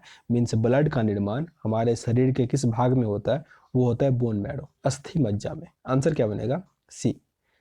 अस्थि एवं दांत निर्माण हेतु निम्नलिखित में से किसकी आवश्यकता होती है। कैल्शियम और फॉस्फोरस का। कैल्शियम और फॉस्फोरस हमारे दांत और अस्थि के निर्माण में काफ़ी इंपॉर्टेंट है। वयस्क मानव के शरीर में कितनी हड्डी होती है, 206। यहाँ पे वयस्क लिखा, याद रखिएगा। अगर ये पूछ दे यहाँ पे, वैसे प्रश्न ही है, नवजात शिशु में लगभग कितनी अस्थियाँ होती है, तो लगभग 300। नवजात शिशु में कितना होगा, 300, और वयस्क मानव में कितना होगा, 206। मनुष्य की खोपड़ी में कितनी अस्थि होती है, काफ़ी इंपॉर्टेंट है। मनुष्य के खोपड़ी में कितना होगा, 29। मनुष्य के खोपड़ी में 29, नहीं भूलना इसको। मनुष्य की खोपड़ी में कितनी अस्थि होगी, 29, 29। मनुष्य के शरीर में पसलियों की कितनी हड्डी होती है, मीन्स 24 होता है। यहाँ पे लिखा है कितना जोड़ा होता है, तो 12 जोड़ा। पसलियों की संख्या 24 होती है, मीन्स 12 जोड़ा, 12 पेयर बोल सकते हो। निम्नलिखित में से कौन सा अस्थि संधि का एक प्रकार नहीं है। संधि मीन्स होता है ज्वाइंट है, ठीक ना। तो मैक्रो नहीं है, जबकि बॉल और सॉकेट 2 हड्डी का ज्वाइंट ही होता है। ग्लाइडिंग होता है और सेडल, ये सब क्या है, 2 हड्डी के ज्वाइंट का नाम है। अलग अलग ज्वाइंट है, जैसे कि कंधे का अलग ज्वाइंट होता है, घुटने का अलग ज्वाइंट होता है। तो ये सब का क्या है, ज्वाइंट का नाम है। मैको इसमें से नहीं था, तो ये सब याद रखो। बॉल एंड सॉकेट, ग्लाइडिंग और सैडल क्या है, मीन्स बोन का ज्वाइंट का नाम है। मनुष्य में पुनः स्थापित होने वाले दांतों की संख्या कितनी होती है, 20 होता है। मीन्स ऐसे समझो, पहले कितना होता है दांत, मिल्क टीथ जिसे कहते हैं, दूध दांत, वो होता है 20, और फिर जो परमानेंट टीथ होता है वो होता है 32। तो रिप्लेस कितना दांत होगा, जो पहले आके टूटेगा, मीन्स 20 दांत क्या होता है, रिप्लेस, पुनः स्थापित होने वाला दांत होता है। और एक प्रश्न और आया था, एसएससी में पूछा गया था कि 3 माह के बच्चे के मुंह में कितना दांत होगा। तो याद रखना, कोई दांत नहीं होगा। 6 महीने के बाद जो होता है वो दांत आना शुरू ही होता है, और वो होगा मिल्क टीथ, ठीक ना। और फिर 12-13 के बाद होता है परमानेंट टीथ, तो वो भी आप याद रखो। मानव शरीर की सबसे लंबी अस्थि कौन सी होती है, जांघ की हड्डी, नाम है इसका फीमर, फीमर।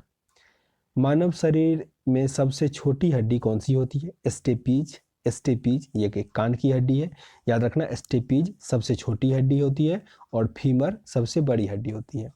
मानव शरीर के 2 हड्डियों आपस में कैसे जुड़ा होता है, ये इंपॉर्टेंट है काफ़ी। 2 हड्डी का अगर बात हो, मीन्स 2 बोन जुड़ा होगा, उसको हम कहेंगे लिगामेंट। देखो ऑप्शन में अगर अस्थि बंध दिया है तो अस्थि मीन्स हड्डी, आप आसानी से टिक कर पाओगे, पर ऑप्शन में आपको अस्थि बंध नहीं लिखा जाएगा, ऐसे ही लिगामेंट लिख देगा, ठीक ना। तो 2 हड्डी को जोड़ेगा तो लिगामेंट, और हड्डी और मांसपेशी को जोड़ेगा तो वो होता है टेंडन। फिर से रिपीट करता हूँ, 2 हड्डी को जोड़ेगा लिगामेंट, इसको नहीं याद रखो, भूल जाओ, ये प्रश्न में नहीं आएगा, मीन्स ऑप्शन में नहीं आएगा। आ जाए तो आसानी से टिक कर दोगे। 2 हड्डी का लिगामेंट और अस्थि और हड्डी, उसका होगा टेंडन। 2 हड्डी, लिगामेंट, अस्थि और मांसपेशी, तब होगा आपका टेंडन। मनुष्य में मेरुदंड का अस्थियों से निर्मित होता है। मनुष्य का मेरुदंड कितने अस्थियों से निर्मित होता है, मीन्स मेरुदंड में हड्डियों की संख्या कितनी होती है, 33, 33, जिसको हम रीढ़ की हड्डी कहते हैं, 33। पेशियों को अस्थि से जोड़ने वाली संरचना वही होता है, कांट्रा लिखा है यहाँ पे, लेकिन मैंने क्या कहा, टिंडन होता है, ठीक ना। यहाँ पे हिंदी में लिख दिया कांट्रा, पर आपको इंग्लिश टर्म देगा टिंडन, याद रखना, टिंडन। ये नहीं पूछेगा आपसे कांट्रा, टिंडन लिखा रहेगा एग्जाम में। अस्थियों में किस लवण की उपस्थिति सर्वाधिक होती है, कैल्शियम फॉस्फेट। अस्थि और दांत जो होता है, दोनों में क्या होता है, calcium phosphorus, calcium phosphate, sorry calcium phosphate. Vitamin D से होता ही आता है कैल्सीफेरॉल। कलाई की हड्डियों को किस नाम से जाना जाता है, मेटाकॉर्पल्स, मेटाकॉर्पल्स। आंसर बनेगा आपका यहाँ पे सी। मानव कंकाल कितनी हड्डियों का बना होता है, 14। मानव कंकाल कितनी हड्डियों का बना होता है, 14। अस्थनियों के बाह्य कंकाल का उदाहरण कौन सा होता है? नाखून, बाल और खूर। नाखून, बाल और खूर एक बाह्य कंकाल का उदाहरण है। हैवर्सियन नलिकाएं और तंत्र कहाँ पाए जाते हैं? अस्थनियों के अस्थियों में। हैवर्सियन नलिकाएं तंत्र कहाँ पाया जाएगा? अस्थानियों के मीन्स अस्थनियों जो मीन्स बच्चे को जन्म देती है वो अस्थनियों की अस्थियों में। कठोर व्यायाम के समय पेशियों में क्या बनता है? पैरोविक अम्ल से लैक्टिक अम्ल। और लैक्टिक अम्ल से क्या होता है? हमको आलस होता है। और लैक्टिक अम्ल बनता ही क्यों है? ऑक्सीजन के कमी के कारण। हमारे शरीर में ऑक्सीजन का कमी होगा तो क्या बनेगा? लैक्टिक अम्ल होगा। इससे क्या होता है? हाफी आना शुरू होता है, नींद आना शुरू होगा। जैसे अगर किसी को हाफी आ रहा है तो उसे अगर हम पानी पिलाते हैं तो क्या होता है? हाफी बंद हो जाता है, क्योंकि ऑक्सीजन की उसकी पूर्ति हो जाती है, यानी तो फिर लंबा लंबा सांस लिया जाता है। याद रखिएगा, थकान में क्या होता है? हमारे बोन में लैक्टिक अम्ल जम जाता है, लैक्टिक एसिड। स्नायु एवं कांड्रा का निर्माण किस प्रकार के उत्तकों से होता है? तंतुमय उत्तक से। तंतुमय उत्तक से कांड्रा और स्नायु का निर्माण होता है, टिंडन का निर्माण होता है। अस्थि कोशिकाओं को क्या कहा जाता है? ऑस्टियोसाइटस। ऑस्टियोसाइटस। अस्थि कोशिका को क्या कहा जाता है? ऑस्टियोटाइटस। बोन टिश्यू को, बोन सेल हालांकि। उपास्थि कोशिकाओं को क्या कहा जाता है? कॉन्ड्रोसाइटस। कॉन्ड्रोसाइटस। एस्केपुला, एस्पेड्रम और रिब्स किस प्रकार की अस्थियों का उदाहरण है? चपटी अस्थियां हैं ये सब, चपटी अस्थियां। पसलियों के विषय में कौन सा कथन सत्य है? पहचान करना है यहाँ पे सारे कथन सत्य हैं। मानव शरीर में कुल 24 पसलियां होती है, पहला ही प्रश्न था। 12 जोड़ी पसलियां होती है तो ये सही है। 1 से 7वें जोड़े की पसलियां वास्तविक पसलियां कहलाती है। 1 से लेकर 7 जोड़ा मीन्स 2 जोड़ा छोड़ दो, अप्रोक्स 22 अस्थि क्या होता है? उसको कहा जाता है वास्तविक अस्थि। और 8 से 10 को क्या कहा जाता है? छद्म पसलियां। मीन्स जो डायरेक्ट जुड़ा हुआ होता है उसको क्या कहा जाता है? वास्तविक पसली। और फिर टेढ़ा करके जुड़ा जो हिलता डुलता रहता है, ठीक ना, जो सबसे नीचे वाला पार्ट होता है चार, उसको क्या कहा जाता है? मीन्स छद्म पसलियां कहा जाता है। आंसर यहाँ पे क्या था? उपरोक्त सभी सभी मीन्स सही थे। वसीय पिंजर का निर्माण किस अंगों से होता है? अरोस्त कोशिका और पसलियों से। अरोस्त कोशिकाएं और पसलियों से वसीर पिंजर का निर्माण होता है। तो टोटल 25 प्रश्न थे इस एक्सरसाइज में, मैंने कंप्लीट किया। नेक्स्ट वीडियो में नेक्स्ट एक्सरसाइज पढ़ेंगे। उम्मीद करते हैं यहाँ से कुछ सीखने का मौका मिला होगा। सेशन अगर अच्छा लगा हो तो लाइक करना, नहीं पसंद आया हो डिसलाइक भी कर सकते हो, पर कारण जरूर बताना ताकि वीडियो को इंप्रूव कर सके। मिलते हैं नेक्स्ट वीडियो में, तब तक के लिए जय हिंद। जय हिंद दोस्तों, आप देख रहे हैं अध्ययन केंद्र। इस वीडियो के माध्यम से अभी हम पढ़ रहे हैं महेश कुमार वर्णवाल का बायोलॉजी का बुक, और उसमें भी हम ऑब्जेक्टिव प्रश्न देख रहे हैं, मतलब वस्तुनिष्ठ प्रश्न। आज हमारा है श्वसन तंत्र, 8वां एक्सरसाइज है।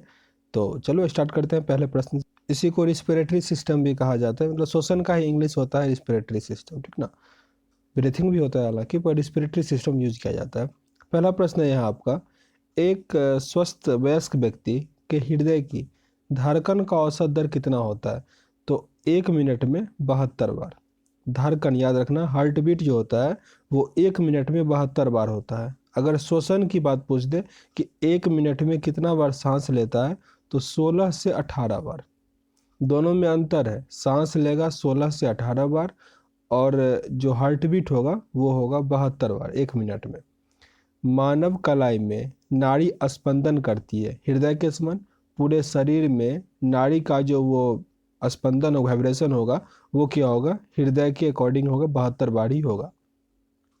सीमेंट फैक्ट्री के मजदूरों को कौन सी बीमारी होने की संभावना होती है?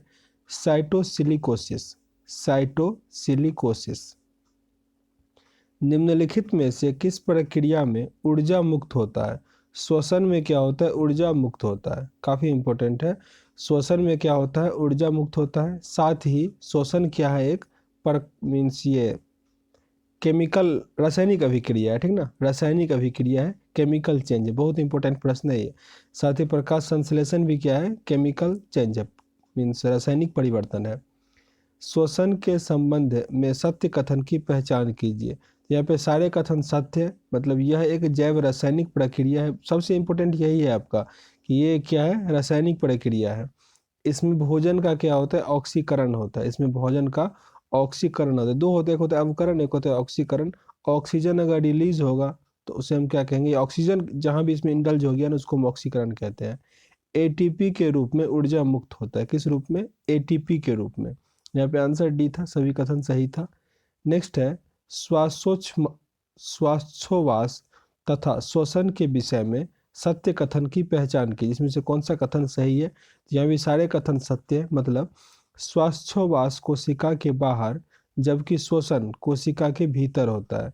श्वसन कोशिका के भीतर होता है और श्वासोच्छ्वास क्या होता है? कोशिका के बाहर होता है। श्वासोच्छ्वास की क्रिया में ऊर्जा उत्पन्न नहीं होता है, जबकि श्वसन में ऊर्जा उत्पन्न होता है। श्वासोच्छ्वास एक भौतिक क्रिया है, जबकि श्वसन क्या है? एक रासायनिक अभिक्रिया है। मानव शरीर में ऑक्सीजन का परिवहन किसके द्वारा होता है? तो ब्लड के द्वारा। तभी पढ़े थे, ब्लड में हीमोग्लोबिन भी होता है और रुधिर प्लाज्मा भी होता है। तो आंसर अपना क्या हो जाएगा? दोनों हो जाएगा। फिर से रिपीट करता हूँ, हमारे शरीर में ब्लड का काम क्या है? तो ऑक्सीजन का परिवहन करना, मतलब पूरे शरीर में ऑक्सीजन को पहुंचाना। इसमें हीमोग्लोबिन और रुधिर प्लाज्मा जो होता है वो भी उसका हेल्प करता है। तो यहाँ पे आंसर क्या हो जाएगा आपका? ए और बी दोनों। ऑप्शन यहाँ पे सी सही है। हेमोग्लोबिन के विषय में असत्य कथन की पहचान कीजिए। असत्य कथन हेमोग्लोबिन के बारे में, तो यह लोह युक्त प्रोटीन है, ये सही है। इसका निर्माण हिमवर्णक और ग्लोबिन प्रोटीन के द्वारा होता है, ये भी सही है। यह वायु के संपर्क में आकर ऑक्सी हीमोग्लोबिन नामक अस्थायी यौगिक का निर्माण करता है। यहाँ पे तीनों कथन हीमोग्लोबिन के बारे में सही है। असत्य ढूंढना था, आंसर क्या हो गया? इनमें से कोई नहीं। इसको फिर से रिपीट कर लेते हैं क्योंकि सारे कथन क्या है? सत्य है। तो हीमोग्लोबिन क्या है? एक लोह युक्त प्रोटीन है। इसका निर्माण हिमवर्णक और ग्लोबिन प्रोटीन के द्वारा होता है। और कहाँ पे होता है? ये होता है आपका बोन मैरो में, अस्थि मज्जा में। यह वायु के संपर्क में आकर ऑक्सी हीमोग्लोबिन नामक अस्थायी यौगिक का निर्माण करता है, जिसे हम कहते हैं ब्लड का क्लॉटिंग होना। विटामिन के हेल्प करता है जिसमें, वही है।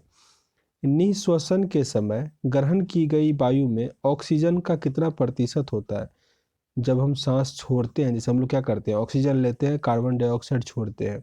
तो वो जो सांस छोड़ते हैं हम, तो उसमें भी क्या होता है? ऑक्सीजन का मात्रा कुछ छोड़ते हैं, वो होता है आपका 21%। 21% हम क्या करते हैं? ऑक्सीजन छोड़ देते हैं। अच्छ श्वसन की प्रक्रिया में शरीर से बाहर निकली गई वायु में ऑक्सीजन का प्रतिशत कितना होता है? 17%, 17%। मानव शरीर में कार्बन डाइऑक्साइड का परिवहन किस माध्यम से होता है? यहाँ पे लिखा है कार्बन डाइऑक्साइड का किस माध्यम से होता है? तो प्लाज्मा में वो पहले घुलेगा, ठीक है ना। मीन जैसे हम लोग सांस लेते हैं तो पूरे शरीर में ऑक्सीजन ब्लड को पहुंचा दिया, मतलब ब्लड ऑक्सीजन को पहुंचा दिया, फिर वापस आते टाइम क्या होता है? उसको वो बाहर निकालता है। तो पहला ऑप्शन है आपका हीमोग्लोबिन के माध्यम से, प्लाज्मा में घुलकर, बाइकार्बोनेट के रूप से। यहाँ पे ये क्या हो जाएगा आपका? तीनों सही हो जाएगा। उपयुक्त सभी माध्यमों से क्या होता है? कार्बन डाइऑक्साइड का परिवहन होता है। जैसे ऑक्सीजन का होता है वैसे ही कार्बन डाइऑक्साइड का भी होता है, पर ऑक्सीजन जाते टाइम और कार्बन डाइऑक्साइड आते टाइम। निम्नलिखित में से किसे कोशिका श्वसन भी कहा जाता है? अंतः श्वसन को कोशिका श्वसन भी कहा जाता है। भोजन निगलते समय सांस मार्ग को बंद कौन कर देता है? इसको कहा जाता है एपिग्लॉटिस। जैसे कभी कभी क्या होता है ना, हम लोग खाना खाते टाइम खाना फंस जाता है और खांसने लगते हैं हम लोग, तो उसमें क्या होता है? सही से एपोग्लॉटिस बंद नहीं हो पाता है और श्वसन मार्ग में भोजन चला जाता है, ठीक ना। तो एपोग्लॉटिस काफ़ी इंपॉर्टेंट है। जब हम खाना निगल रहे होते हैं तब क्या होता है? ये श्वसन मार्ग को बंद कर देता है ताकि उस टाइम हम लोग सांस नहीं लें, ठीक ना। इसको क्या कहा जाता है? एपिग्लॉटिस। इसको नहीं भूलना, काफ़ी इंपॉर्टेंट है एपिग्लॉटिस। फेफड़ों में गैसों का आदान प्रदान किनके माध्यम से होता है? वायु कुपिकाओं के द्वारा। वायु कुपिकाओं के द्वारा फेफड़ों में गैसों का आदान प्रदान होता है। मनुष्य में दायां फेफड़ा कितने पिंडों में विभाजित होता है? 3 पिंडों में विभाजित होता है। एम्फाइसीमा बीमारी का संबंध किससे है? फेफड़े से। एम्फाइसीमा एम्फाइसीमा बीमारी का संबंध किससे है? फेफड़े से। फेफड़े की सुरक्षा हेतु इनके ऊपर कौन सी झिल्ली का आवरण बना होता है? प्यूलरा झिल्ली। किसके ऑक्सीकरण के द्वारा उत्पन्न ऊर्जा को श्वसन कहा जाता है? ग्लूकोज, अभी पढ़े थे। किसके ऑक्सीकरण के द्वारा उत्पन्न श्वसन को क्या कहा जाता है? तो ग्लूकोज।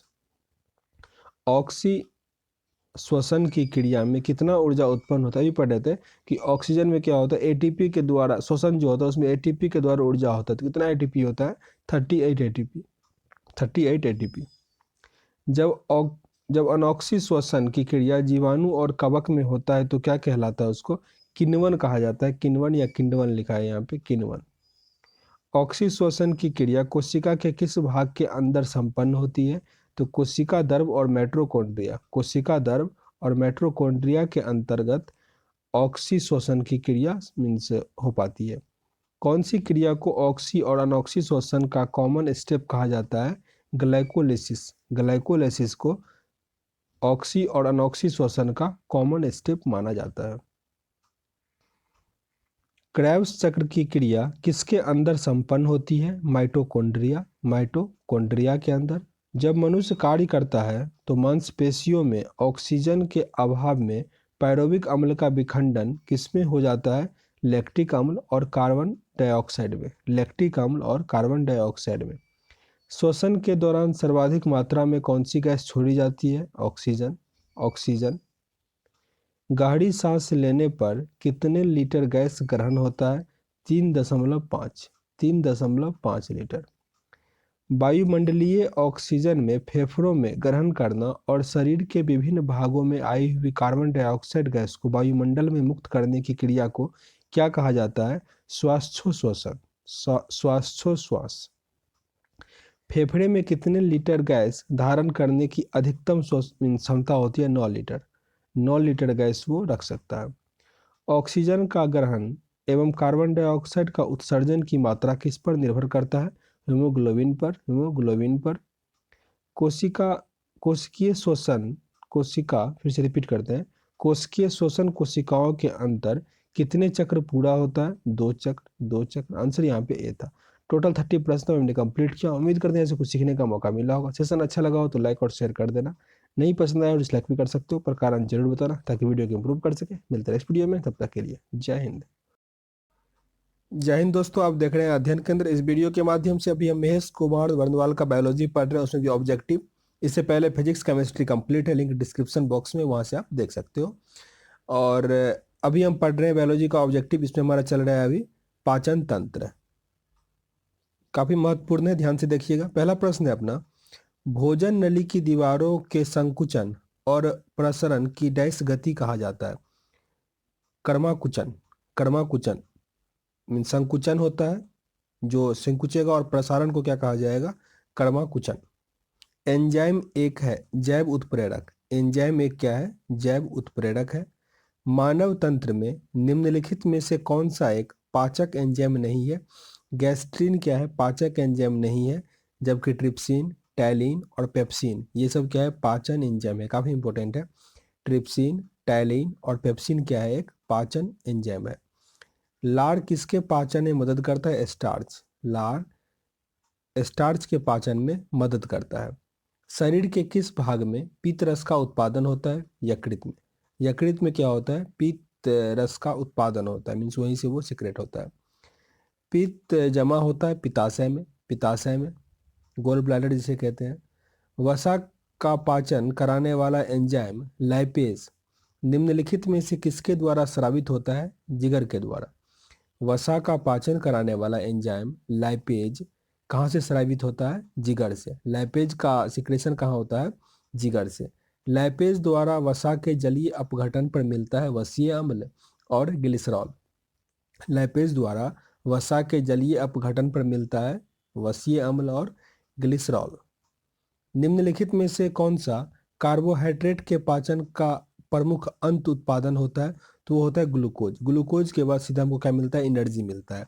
तो ग्लूकोज का जो अंत मीन्स स्टेज होगा वो क्या होता है, ग्लूकोज। शरीर का कौन सा अंग रक्त के शुद्धिकरण से संबंधित है, गुर्दा, गुर्दा। जबकि रक्त बनता कहाँ पे है, बोन मैरो में, अस्थि मज्जा।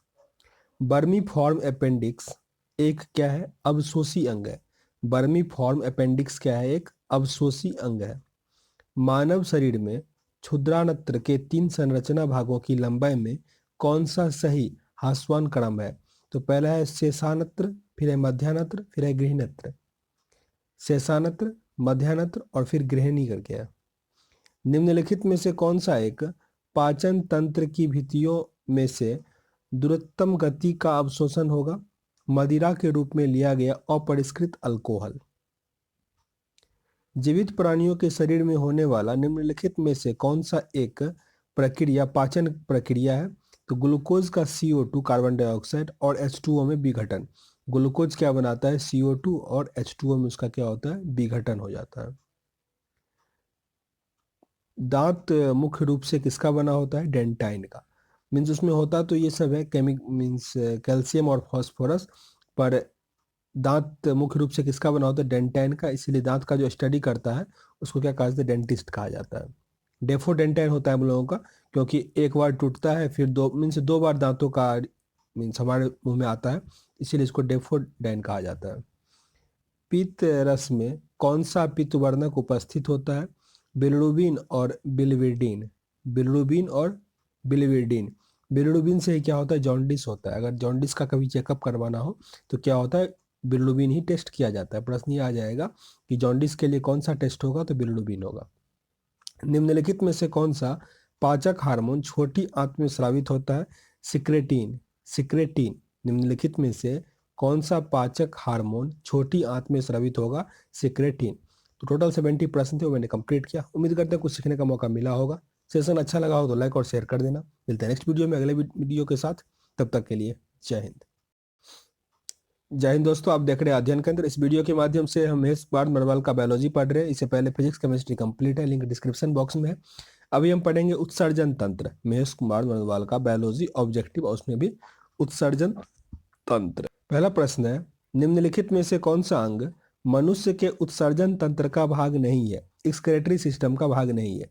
तो मूत्रमार्ग, मूत्रवाहिनी और गुर्दा क्या है? उत्सर्जन तंत्र का पार्ट है। जबकि गर्भाशय क्या है? उत्सर्जन तंत्र का पार्ट नहीं है। गुर्दे की क्रियात्मक इकाई कौन सा होता है? नेफ्रॉन। गुर्दे का क्रियात्मक इकाई क्या है? नेफ्रॉन। मानव शरीर में यूरिया का निर्माण कहाँ होता है? यकृत में। बहुत इंपॉर्टेंट है। मानव शरीर में यूरिया का निर्माण कहाँ होता है? यकृत में। मूत्र का पीला रंग किसकी उपस्थिति के कारण होता है? यूरोक्रोम के कारण। यूरोक्रोम के कारण। और मूत्र में गंध किसके कारण होता है? मूत्राशय में। तो वो होता है अमोनिया के कारण। इंपॉर्टेंट है, याद रखना। अमोनिया ऑप्शन में आपको वो भी मिल जाएगा।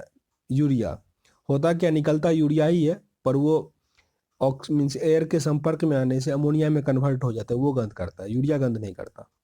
मीन्स अमोनिया पे टिक करना है आप। नेक्स्ट यहाँ पे मिलाना है कौन कहाँ बनता है, ये है। तो अभी पढ़े हैं यकृत क्या करता है? यूरिया का निर्माण करता है। वृक्क में मूत्र का निर्माण होता है। फेफड़ा जो होता है कार्बन डाइऑक्साइड का निष्कासन करता है। और श्वेत ग्रंथियाँ त्वचा।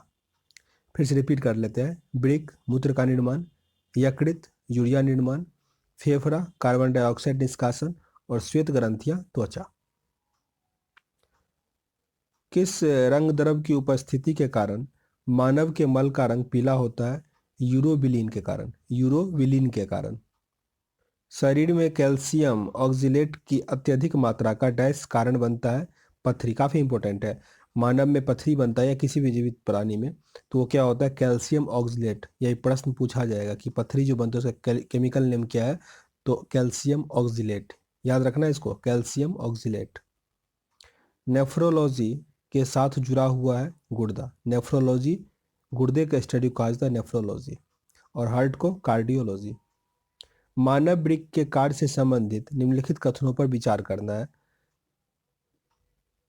वृक्क के उत्सर्ग के पश्चात स्वच्छ रक्त वृक्कीय धमनी वापस आ जाती है। बिल्कुल सही है। फिर से रिपीट कर लेते हैं। वृक्क के उत्सर्ग अपनयन के पश्चात स्वच्छ रक्त वृक्कीय धमनी में वापस आ जाता है। ओवमन संपुट में निस्यदित द्रव्य लघु नलिकाओं से गुजरता है, जहां अधिकांश ग्लूकोज का पुनरावशोषण होता है और वृक्कीय शिरा में रक्त भेजा जाता है। यहाँ पे दोनों सही है। आंसर यहाँ पे 1 और 2 दोनों सही था। निम्नलिखित में से कौन सा सही है? शरीर के संपूर्ण रक्त किडनी के माध्यम से शुद्ध होता है। कहाँ पे शुद्ध होता है? किडनी में। मनुष्य के शरीर में खून के शुद्धिकरण की प्रक्रिया को क्या कहा जाता है? डायलिसिस। डायलिसिस कहा जाता है। ये रहा ऑप्शन नंबर ए, डायलिसिस। वृक्क में पथरी किसके कारण बनता है? तो अभी पढ़े थे कैल्शियम ऑक्जिलेट, साथ ही यूरिक अम्ल और कैल्शियम फॉस्फेट का ही बनता है, तो उपयुक्त सभी सही है। सबका नाम याद कर लेते हैं, कैल्शियम ऑक्जिलेट, यूरिक एसिड और calcium phosphate. Calcium phosphate, uric acid और कैल्शियम ऑक्जिलेट के कारण वृक्क में क्या बनेगा, पथरी बनेगा। वृक्क से प्रति मिनट औसत रक्त प्रवाह कितना होता है, 1200 सीसी, 1200 सीसी। कैब्ड हेंसलिट चक्र यकृत में यूरिया संश्लेषण हेतु होता है, यकृत में यूरिया संश्लेषण हेतु होता है। नेक्स्ट यहाँ पे जंतु दिया गया और उत्सर्जी अंगों के नाम दिया गया है। तो अमीबा में क्या होता है, उत्सर्जी काय होता है। केचुआ में त्वचा से करता है वो। झींगा मछली करता है आपका हरित ग्रंथि से। और ऑर्थोपोडा, 1 मिनट, हाँ सही है, झींगा मछली हरित ग्रंथियाँ। और साथ ही प्लांट का भी क्या होता है, हरित लवक होता है उसमें, ठीक ना। यहाँ पे ग्रंथियाँ लिखा है, मुझे लगा गलत है, नहीं सही है, ठीक ना। फिर से रिपीट कर लेते इसको। अमीबा का उत्सर्जिकाएँ होता है। केचुआ का त्वचा वारिक्तियाँ होता है। झींगा मछली का हरित ग्रंथियाँ होता है। अगर हरित लवक रहता तो प्लांट का होता है, ठीक ना। ऑर्थोपोडा का मेल पिग नलिकाएँ, मेल पिगी नलिकाएँ। सबसे अधिक वैसेला उत्सर्जी पदार्थ कौन सा होता है, अमोनिया। अमोनिया सबसे वैसेला उत्सर्जी पदार्थ होता है। मानव में एडिनिन और ग्वानिन के उपचयन के अवशिष्ट किस पदार्थ के रूप में उत्सर्जित होते हैं, यूरिक अम्ल, यूरिक एसिड। मूत्र की मात्रा का नियंत्रण होता है एडीएच एवं डेल्डोस्टेरोन, एल्डोस्टेरोन। डायूरेसिस में क्या होता है, मूत्र की मात्रा बढ़ जाती है। डायूरेसिस एक डिजीज हुआ जिसमें क्या होता है, मूत्र की मात्रा बढ़ जाती है। वृक्क नलिकाओं की दूरस्थ कुंडलित भाग में मुख्यतः किसके आयनों का पुनरावशोषण होता है, सोडियम क्लोराइड का, सोडियम क्लोराइड का। टोटल 20 प्रश्न थे, कंप्लीट हो गया। नेक्स्ट एक्सरसाइज पढ़ेंगे, मिलते हैं नेक्स्ट वीडियो में, तब तक के लिए जय हिंद। जय हिंद दोस्तों, आप देख रहे हैं अध्ययन केंद्र। इस वीडियो के माध्यम से अभी हम महेश कुमार बर्दवाल का बायोलॉजी पढ़ रहे हैं। हमारा आज का एक्सरसाइज है तंत्रिका तंत्र। चलो स्टार्ट करते हैं। पहला प्रश्न है यहाँ अपना, मानव मस्तिष्क का वजन कितना होता है, शरीर के कुल वजन का 2%, 1400 ग्राम होता है, ठीक ना। महिलाओं का 1200 ग्राम होता है। मानव मस्तिष्क का वजन कितना होता है, पूरे शरीर का 2%, या अगर डायरेक्ट आ जाए तो 1400 ग्राम पे टिक कर लेना, या उसके आसपास 1350, यही सब। मानव मस्तिष्क का कौन सा भाग बुद्धि, स्मृति और भावनाओं का केंद्र होता है। जहाँ भी बुद्धि पे हो, सेरिब्रम पे होगा, सेरिब्रम।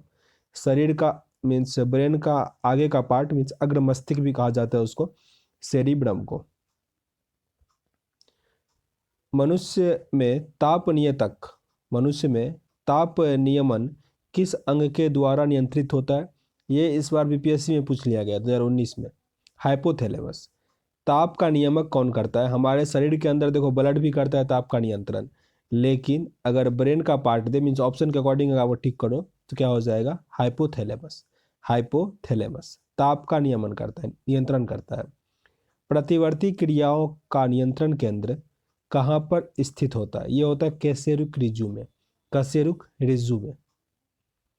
श्वसन का नियंत्रण मस्तिष्क के किस भाग में होता है, मेडुला में, मेडुला अब्लांगोटा, मेडुला अब्लांगोटा में। आंसर क्या है यहाँ पे, सी, ये करता है श्वसन का नियंत्रण। ईईजी में जिन अंग की कार्य प्रणाली प्रकट होती है वो क्या होता है, मस्तिष्क, मस्तिष्क होता है। ईईजी जो होता है वो मस्तिष्क के लिए होता है। न्यूरॉन का बाहर निकला हुआ लंबा भाग क्या कहलाता है, एक्सॉन।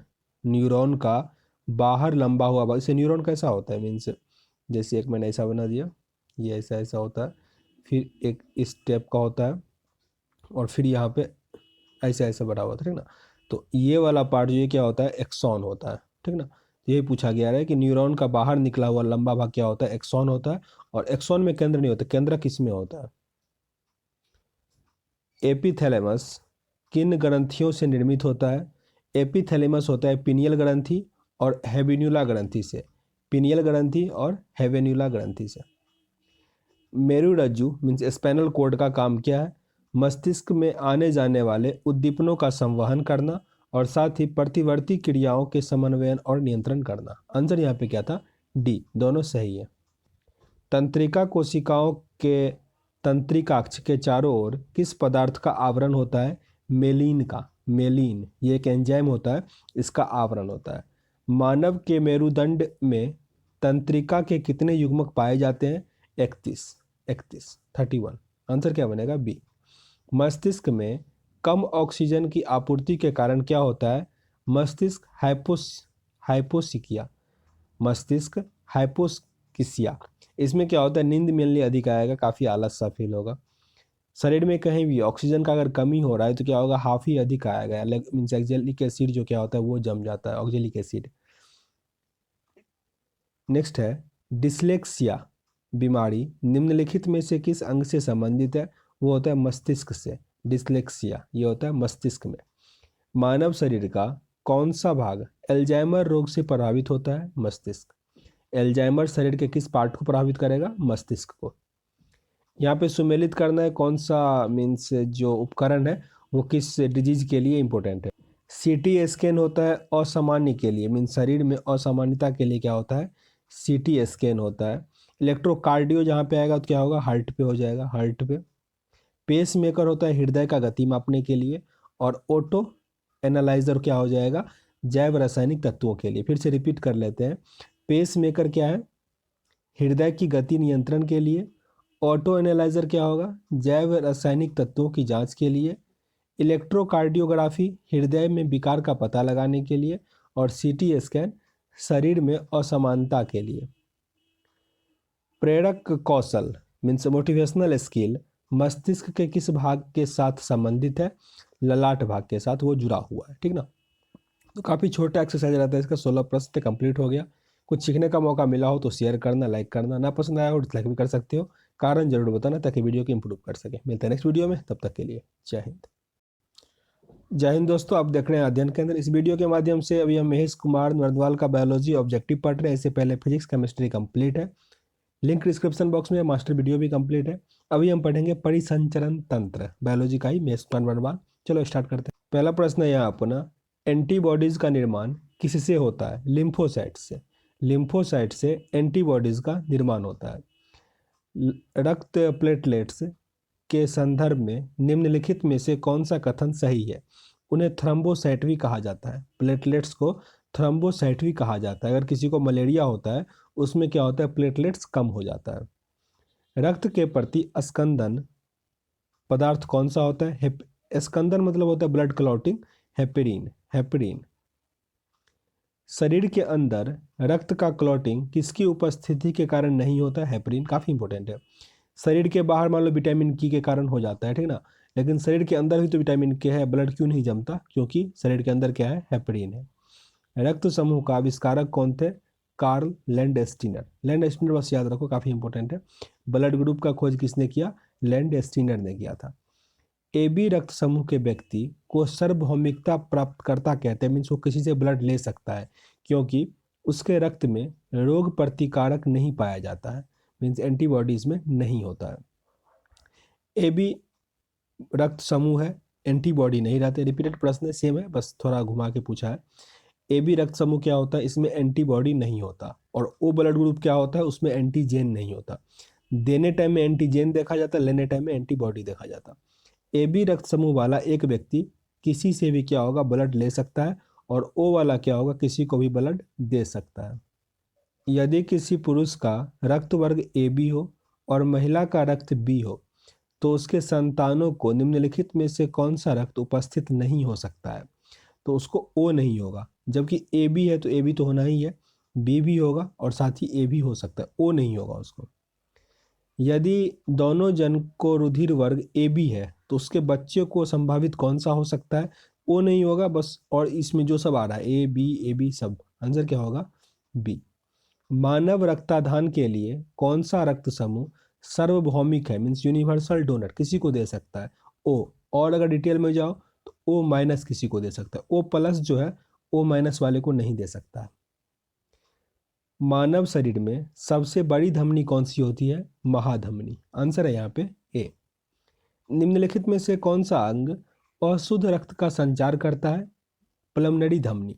हर एक जगह धमनी क्या करता है? शुद्ध रक्त का संचार करता है। पर एक होता है पल्मोनरी धमनी जो क्या क्या करता है, अशुद्ध रक्त का संचार करता है। मेनली होता क्या है, हार्ट हमारा क्या है, 4 चैम्बर में बटा हुआ है, जैसे रफली समझ लो, ये चैम्बर हुआ और ये चैम्बर हुआ। इसमें 2 टाइप होता है, ऑरिकल और वर्टिकल, ऑरिटिकल और वर्टिकल। यहाँ पे जो एक धमनी जुड़ा होता है वही होता है पल्मोनरी ग्लैंड, मतलब पल्मोनरी धमनी। वो क्या करता है, अशुद्ध रक्त का संचार करता है। मानव शरीर का रक्त बैंक कहा जाता है प्लीहा को। प्लीहा को क्या कहा जाता है, मानव शरीर का रक्त बैंक। मानव शरीर में रक्त के शुद्धिकरण की प्रक्रिया को क्या कहते हैं, डायलिसिस। डायलिसिस। निम्नलिखित में से किन की भित्तियों पर रक्त द्वारा डाले गए दबाव को रक्त दाब कहते हैं, धमनियों, धमनियों का दाब होता है। जब एक व्यक्ति वृद्ध हो जाता है तो सामान्यतः उसका रक्तदाब क्या होगा, घट जाएगा। वृद्ध होने से रक्तदाब क्या होगा, घट जाएगा। एक किशोर मनुष्य मीन्स एक युवा मनुष्य में सामान्य रक्तदाब कितना होता है, ब्लड प्रेशर, तो 120/80 mmHg। निम्नलिखित उपकरणों से रक्तचाप मापा जाता है, वो होता है एस्फेग्मोमैनोमीटर, एस्फेग्मोमैनोमीटर रक्तचाप। और ब्लड प्रेशर मापते हैं हम स्टेथोस्कोप से। बैरोमीटर से वायु दाब मापते हैं। मानव रुधिर में कोलेस्ट्रॉल का सामान्य स्तर कितना होता है, 140 से 180 mg/dl। अधिरक्त स्राव मीन्स होमोफेलिया, जिसमें ब्लड क्लॉटिंग नहीं होता, ब्लड बहते ही रह जाएगा, वो क्या एक अनुवांशिक विकार है। मीन्स अगर पिताजी को होगा, दादाजी को होगा तो उनको भी होगा, ये अनुवांशिक डिजीज हुआ। जैसे कलर ब्लाइंडनेस है। मानव हृदय का कौन सा प्रकोष्ठ पूर्णतः ऑक्सीकृत रुधिर को महान धमनी में और संपूर्ण शरीर में भेजता है, बायां निकल मीन्स लेफ्ट में निलय जो होता है वो निलय अलिंद है, उससे क्या होता है, उसका वर्टिकल और ऑरिकल और वर्टिकल कहा जाता है उसको इंग्लिश में। वयस्क व्यक्ति का हृदय धड़कन प्रति दर क्या होता है, 72 बार होता है 1 मिनट में, तो 70 से 80 लिखा हुआ है 1 मिनट में। मानव रुधिर यदि अम्लीय है मीन्स पीएच हो जाए तो क्या होगा, होमोग्लोबिन में ऑक्सीजन वहन क्षमता क्या हो जाएगी, कम हो जाएगी। अगर वो अम्लीय होगा, एसिडिक अधिक होगा, तो उसमें ऑक्सीजन वहन करने की क्षमता क्या हो जाएगी, कम हो जाएगी। रुधिर परिसंचरण तंत्र की खोज करने वाला प्रथम वैज्ञानिक कौन था, विलियम हार्वे, विलियम हार्वे। स्वस्थ मनुष्य के रक्त में प्लेटलेट्स कितना होना चाहिए, 2 लाख से अधिक, 2 लाख से अधिक। यही कम होगा तो क्या होगा, मलेरिया होगा। यहाँ पे मिलाना है आपको, हृदय क्या करता है, रक्त को संपूर्ण शरीर में प्रभावित करता है। धमनियाँ क्या करता है, रक्त को हृदय से अंगों तक पहुँचाता है, रक्त को हृदय से अंगों तक, मतलब श्वेत मतलब साफ ब्लड को ले जाता है। सिरा क्या करता है, रक्त को शरीर से हृदय तक पहुँचाता है, मतलब गंदे ब्लड को वो ले जाएगा। और कोशिका क्या करता है, धमनी तथा सिरा को रक्त को सम्मिलित करता है, सम्मलन करता है। फिर यहाँ पे आपको सुमेलित करना है। रक्त प्लाज्मा ये हल्के पीले रंग का तरल पदार्थ होता है। एब्लुमिन ऑस्मेटिक दाब समाप्त करता है। ग्लोबुलिन ये संक्रामक रोग की रक्षा करता है। और फेब्रोजिन ये क्या करता है, रक्त में स्कंदन में हेल्प करता है, मीन्स ब्लड क्लॉटिंग में हेल्प करता है। परिसंचरण तंत्र में निम्नलिखित में से कौन सा सम्मिलित है, हृदय, हार्ट इसमें सम्मिलित है परिसंचरण तंत्र में। धमनियों में रक्तदाब सिराओं की तुलना क्या होता है, अधिक होता है। धमनियों का रक्तदाब सिराओं की तुलना में अधिक होता है, मीन सिरा का रक्तदाब क्या होगा, कम होगा, धमनी का अधिक होगा। टोटल 30 प्रश्न थे, कंप्लीट हो गया। मिलते हैं नेक्स्ट वीडियो में, तब तक के लिए जय हिंद। जय हिंद दोस्तों, आप देख रहे हैं अध्ययन केंद्र। इस वीडियो के माध्यम से अभी हम महेश कुमार नरनवाल का बायोलॉजी पढ़ रहे हैं। फिजिक्स केमिस्ट्री का काफ़ी स्टूडेंट लिख रहे हैं कि सर इसका भी वीडियो बना देते। भाई मेरे उसका वीडियो बना हुआ है, आप डिस्क्रिप्शन बॉक्स में देखिए, लिंक मिल जाएगा आपको। नहीं तो प्ले लिस्ट में जाके, नहीं तो आप टेलीग्राम ज्वाइन कीजिए, वहाँ पे मैं अलग अलग लिंक्स काफ़ी सेपरेटली प्रोवाइड करवाता हूँ, तो वहाँ से आपको मिल जाएगा, ठीक ना। आज हम 13वां एक्सरसाइज पढ़ रहे हैं, अंतःस्रवी ग्रंथि। तो काफ़ी कम प्रश्न है, देखते हैं तेजी से, ध्यान से। पहला प्रश्न है, निम्नलिखित में से कौन सा अंग एक ग्रंथि नहीं है। ग्रंथि मतलब होता है ऑर्गेन, ठीक ना। पित्ताशय क्या है, एक ग्रंथि नहीं है। जबकि आपका अधिवृक्क, पीयूष और यकृत क्या है, एक ग्रंथि है। सबसे प्रधान ग्रंथि कहा जाता है पीयूष ग्रंथि को या पिट्यूटरी ग्लैंड को। मानव शरीर में सबसे बड़ी अंतःस्रवी ग्रंथि निम्नलिखित में से कौन सी होती है। सबसे बड़ी अंतःस्रवी ग्रंथि कौन सा हो जाएगा, थायराइड। थायराइड ग्लैंड जो है वो सबसे बड़ी अंतःस्रवी ग्रंथि होती है। पर अगर ये प्रश्न आए कि मानव शरीर की सबसे बड़ी ग्रंथि कौन सा होगा, तब यकृत होगा। वो अंतःस्रवी था, अंतःस्रवी में थायराइड होता है, लेकिन सबसे बड़ी ग्रंथि में कौन सा होता है, यकृत होता है। लीवर जो है सबसे बड़ी ग्रंथि है, याद रखिएगा। और सबसे बड़ा बॉडी पार्ट कौन सा होता है, तब स्किन होता है आपका स्किन। मानव शरीर में सबसे छोटी अंतःस्रावी ग्रंथि कौन सी होती है, तो पीयूष ग्रंथि, ये पिट्यूटरी ग्लैंड या पीयूष ग्रंथि इसको कहा जाता है, ब्रेन में होता है। आंसर है अपना सी। निम्नलिखित में से कौन सा हार्मोन थायराइड ग्रंथि द्वारा स्रावित नहीं होता है, तो थायरॉक्सिन जो होता है वो थायराइड ग्रंथि से नहीं होता है, जबकि थायरॉक्सिन, टेट्रा आयोडी थायरोनिन और कैल्सिटोनिन जो होता है ये सब थायराइड ग्रंथि से सीक्रेट होने वाला हार्मोन है, जबकि थायोसिन जो होता है वो थायराइड ग्रंथि से नहीं होता है। निम्नलिखित में से कौन सा हार्मोन पिट्यूटरी ग्लैंड द्वारा स्रावित नहीं होता है, तो ये नहीं है, जबकि आपका थायराइड उत्तेजक हार्मोन प्रोलैक्टिन और वासोप्रेसिन ये सब कहाँ से सीक्रेट होता है, पिट्यूटरी ग्लैंड से। याद करना पड़ेगा पिट्यूटरी ग्लैंड से कौन कौन सा हो रहा है, प्रोलैक्टिन, थायराइड उत्तेजक हार्मोन और वैसोप्रेसिन। मनुष्य के शरीर की वह ग्रंथि जो एंजाइम और हार्मोन दोनों स्रावित करता है वो है आपका अग्नाशय, पाचन ग्रंथि। ये क्या करता है, एंजाइम और हार्मोन दोनों का स्रवण करता है। निम्नलिखित में से कौन सा हार्मोन मानव शरीर में कोशिकाओं द्वारा ग्लूकोज के अंतःग्रहण के लिए अनिवार्य है, यह है इंसुलिन। इंसुलिन। कौन सा हार्मोन रक्त में शर्करा की मात्रा नियंत्रित करता है, इंसुलिन। काफ़ी इंपॉर्टेंट है। हार्मोन कौन सा हार्मोन है जो रक्त में मीन्स शर्करा कह लें या ग्लूकोज कह लें उसको नियंत्रित करता है, वो होता है इंसुलिन। अगर इंसुलिन कम हो जाएगा तो क्या होगा, डायबिटीज़ हो जाएगा। अग्नाशय की वे कोशिका जो इंसुलिन उत्पन्न करती है क्या कहलाती है, उसे कहा जाता है islets of Langerhans. Islets of Langerhans. ये क्या करता है, जो इंसुलिन मीन्स उत्सर्जित करता है। मानव शरीर में लैंगरहैंस की दीपिकाएं कहाँ पाई जाती है, अग्नाशय में। अग्नाशय में मीन्स अग्नाशय से ही क्या होता है, मीन्स उसका सिक्रीशन होता है। मानव शरीर में निम्नलिखित हार्मोन में से कौन सा रक्त कैल्शियम और फॉस्फेट को विनियमित करता है, परावर्तु हार्मोन। परावर्तु हार्मोन। मानव शरीर में प्रोस्टेट एक डैश है, ग्रंथि है। प्रोस्टेट क्या है, एक ग्रंथि है। निम्नलिखित में से कौन सा हार्मोन, निम्नलिखित में से कौन सा हार्मोन स्तन ग्रंथियों में दुग्ध का स्राव होने में भूमिका निभाता है, ऑक्सीटोसिन। ऑक्सीटोसिन वो एनिमल को भी और मानव को भी दिया जाता है। मनुष्य के नवजात शिशु को रक्त ग्रंथि से निकलने से पहले स्राव को पिलाया जाता है, जिसे कोलेस्ट्रम कहते हैं। कोलेस्ट्रम प्रदान करता है रोग प्रतिरोधक शक्ति। जैसे WBC क्या करता है, हमको रोग प्रतिरोधक शक्ति देता है, वही हमारा ये भी करता है। निम्नलिखित कथनों पर विचार करना है कि इसमें से कौन सा सही है, तो यहाँ पे बस ऑप्शन 2 सही है, इसको हम पढ़ लेते हैं। आयोडीनहीनता के परिणाम स्वरूप मनुष्य में गलकंड होता है या ग्वाइटर होता है। आयोडीन की कमी से क्या होता है, ग्वाइटर रोग होता है। और ये सारे दोनों गलत हैं, तो कोई पढ़ने का फायदा नहीं है। निम्नलिखित में से रुधिर शर्करा स्तर को कौन नियंत्रित करता है, तो लैंगरहैंस अभी पढ़े थे। लैंगरहैंस क्या करता है, दूध में शर्करा को नियंत्रित करता है। और साथ ही अगर ऑप्शन में आपका ये रहता मीन्स इंसुलिन, तो उस पर भी टिक करते। इंसुलिन का स्रावन अग्नाशय से होता है, अभी पढ़े थे ऊपर। नेक्स्ट प्रश्न है, मानव शरीर में मास्टर ग्रंथि कहलाती है पिट्यूटरी ग्लैंड। पीयूष ग्रंथि यही है मास्टर ग्रंथि। गर्भ निरोधक दवाई के रूप में किस हार्मोन की गोली खाई जाती है, एस्ट्रोजन। एस्ट्रोजन खाया जाता है। टोटल 19 प्रश्न मैंने कंप्लीट किया। नेक्स्ट वीडियो में मिलते हैं नेक्स्ट एक्सरसाइज का ऑब्जेक्टिव। तब तक के लिए जय हिंद। जय हिंद दोस्तों, आप देख रहे हैं अध्ययन केंद्र। इस वीडियो के माध्यम से हम महेश कुमार नरवाल का बायोलॉजी पढ़ रहे हैं। आज जो हमारा एक्सरसाइज है वो है जनन तंत्र, जिसका पहला प्रश्न है, निम्नलिखित में से कौन सा अंग मानव महिला प्रजनन प्रणाली से संबंधित नहीं है, तो शुक्रवाहिका नहीं है, ये पुरुषों का है, जबकि गर्भनाल, अंडाशय और गर्भाशय ये सब महिलाओं का अंग है।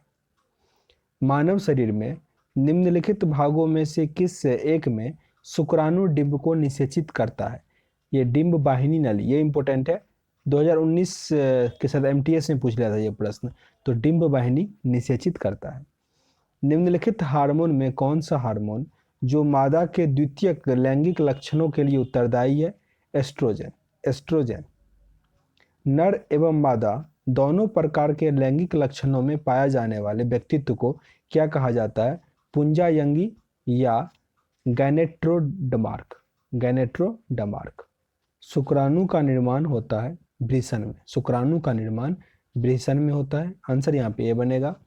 जब नर व मादा को बाह्य लक्षणों के आधार पर पहचाना जा सकता है तो इसे हम क्या कहते हैं? लैंगिक द्वैरूपता। लैंगिक द्वैरूपता।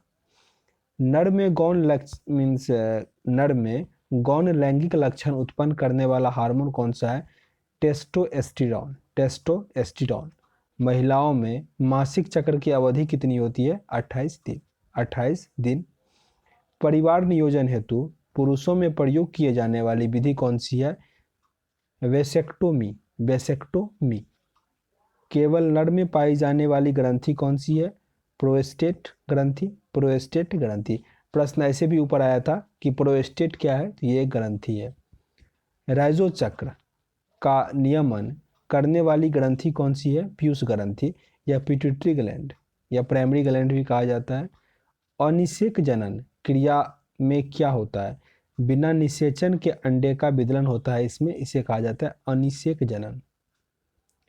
माहवारी चक्र में पुट्टिका प्रवस्था कितने दिन में होता है? 10 से 12 दिन। 10 से 12 दिन। किस हार्मोन को प्रेगनेंसी हार्मोन कहा जाता है? प्रोजेस्टेरॉन। प्रोजेस्टेरॉन को प्रेगनेंसी हार्मोन कहा जाता है। मनुष्य में शुक्र जनन कितने वर्ष की आयु के पश्चात आरंभ हो जाता है? 15 से 18। 15 से 18 वर्ष के बीच। प्रजनन की वह विधि जिसके बिना निषेचन के अंडा या एग सेल वृद्धि करके वयस्क बन जाता है क्या कहलाता है?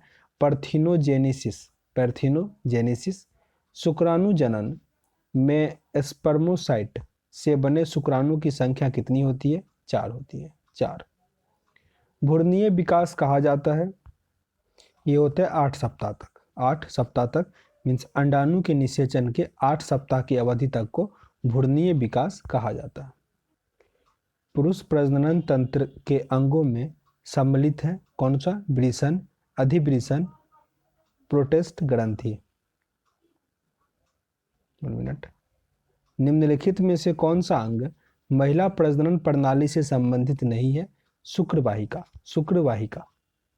कृत्रिम वीर्य निषेचन प्रक्रिया में निम्नलिखित में से किसको स्त्री के गर्भाशय में प्रविष्ट कराया जाता है? केवल शुक्राणु को। केवल शुक्राणु को। एमनियोसेंटोसिस एक तरीका है जो बताता है,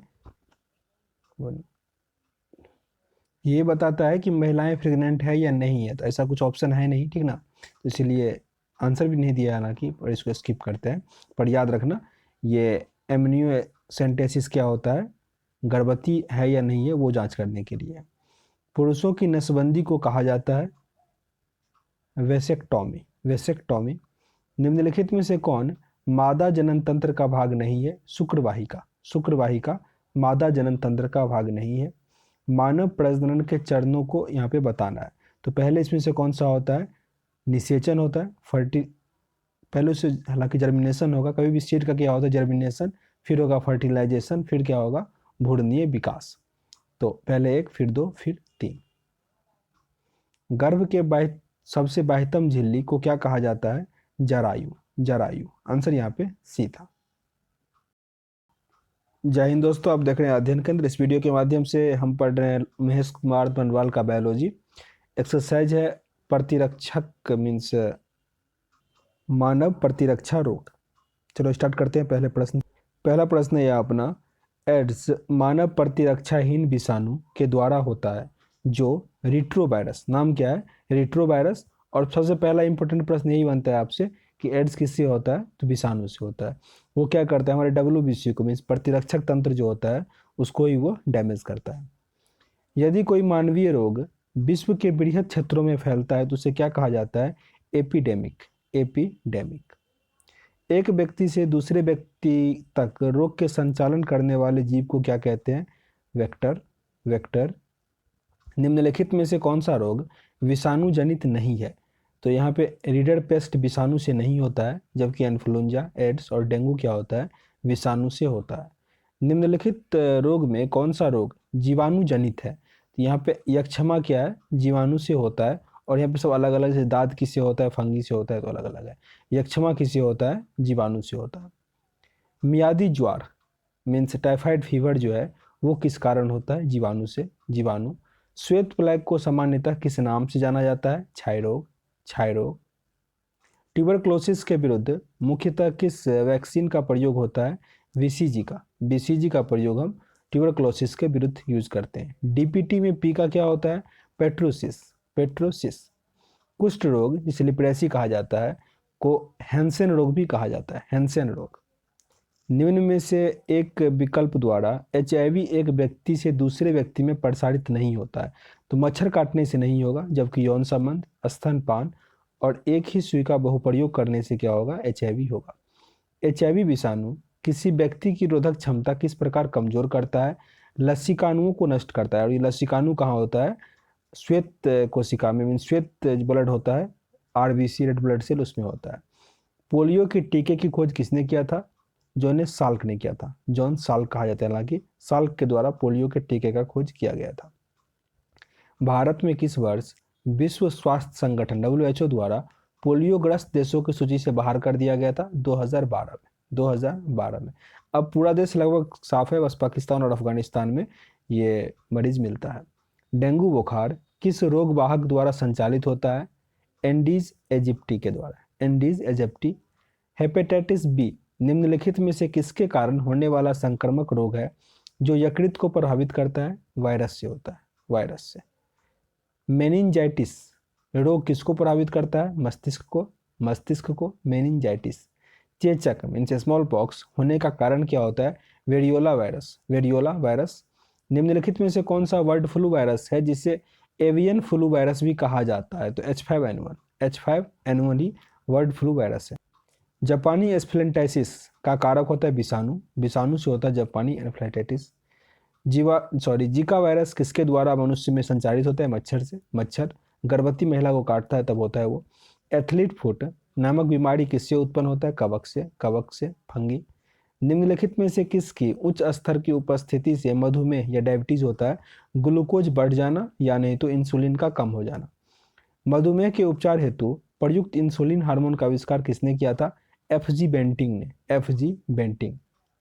कैंसर के ऊतकों की जांच के लिए डैश की जाती है, बायोप्सी, बायोप्सी। कोबाल्ट 60 से भी कैंसर का उपचार होता है। ल्यूकेमिया एक प्रकार का कैंसर है जो असाधारण वृद्धि होती है किसका, श्वेत रक्त कोशिकाओं की संख्या में वृद्धि होता है। कालाजार का संचार किससे होता है, सिख्ता मक्खी से, सिख्ता मक्खी। काली खांसी के बचाव के लिए शिशुओं को कौन सा टीका दिया जाता है, DPT का, DPT। मादा क्यूलेकस मच्छर निम्नलिखित में से किस रोग का वाहक करती है, क्यूलेकस वाहक करता है फलेरिया का, फलेरिया। प्रथम एंटीबायोटिक का खोज किसने किया था, फ्लेमिंग, फ्लेमिंग ने, एडवर्ड फ्लेमिंग। पेंसिलिन था नाम। टीका का आविष्कार किसने किया, एडवर्ड जेनर ने, एडवर्ड जेनर ने। किस वैज्ञानिक द्वारा चेचक के टीके का आविष्कार किया था, वही पहला आविष्कार था, एडवर्ड जेनर के द्वारा। ऑरल पोलियो वैक्सीन किसके द्वारा विकसित हुआ था, अल्बर्ट साविन के द्वारा, अल्बर्ट साविन। यहाँ पे सूची 1 और सूची 2 दिया गया है कि कौन सा डिजीज किसके द्वारा होता है, तो जो पहले आता है उस पर टिक करते चलेंगे। एड्स किससे होता है, विषाणु से। गंजापन होता है कवक से। मलेरिया प्रोटोजोआ से। और फ्लैग किससे होगा, जीवाणु से। यहाँ भी आपको सुमेलित करना है कौन सा डिजीज किसके कारण होता है, तो यहाँ पे जीवाणु या विषाणु का नाम दिया गया है। हैजा होता है Vibrio cholerae, Vibrio cholerae. Plague होता है पास्चुरेला पेस्टियस। तपेदिक होता है माइकोबैक्टीरियम ट्यूबरकुलोसिस। और टाइफाइड होता है साल्मोनेका टाइफी, साल्मोनेका टाइफी। तो ये लास्ट प्रश्न थे, उम्मीद करते हैं यहाँ से कुछ सीखने का मौका मिला होगा।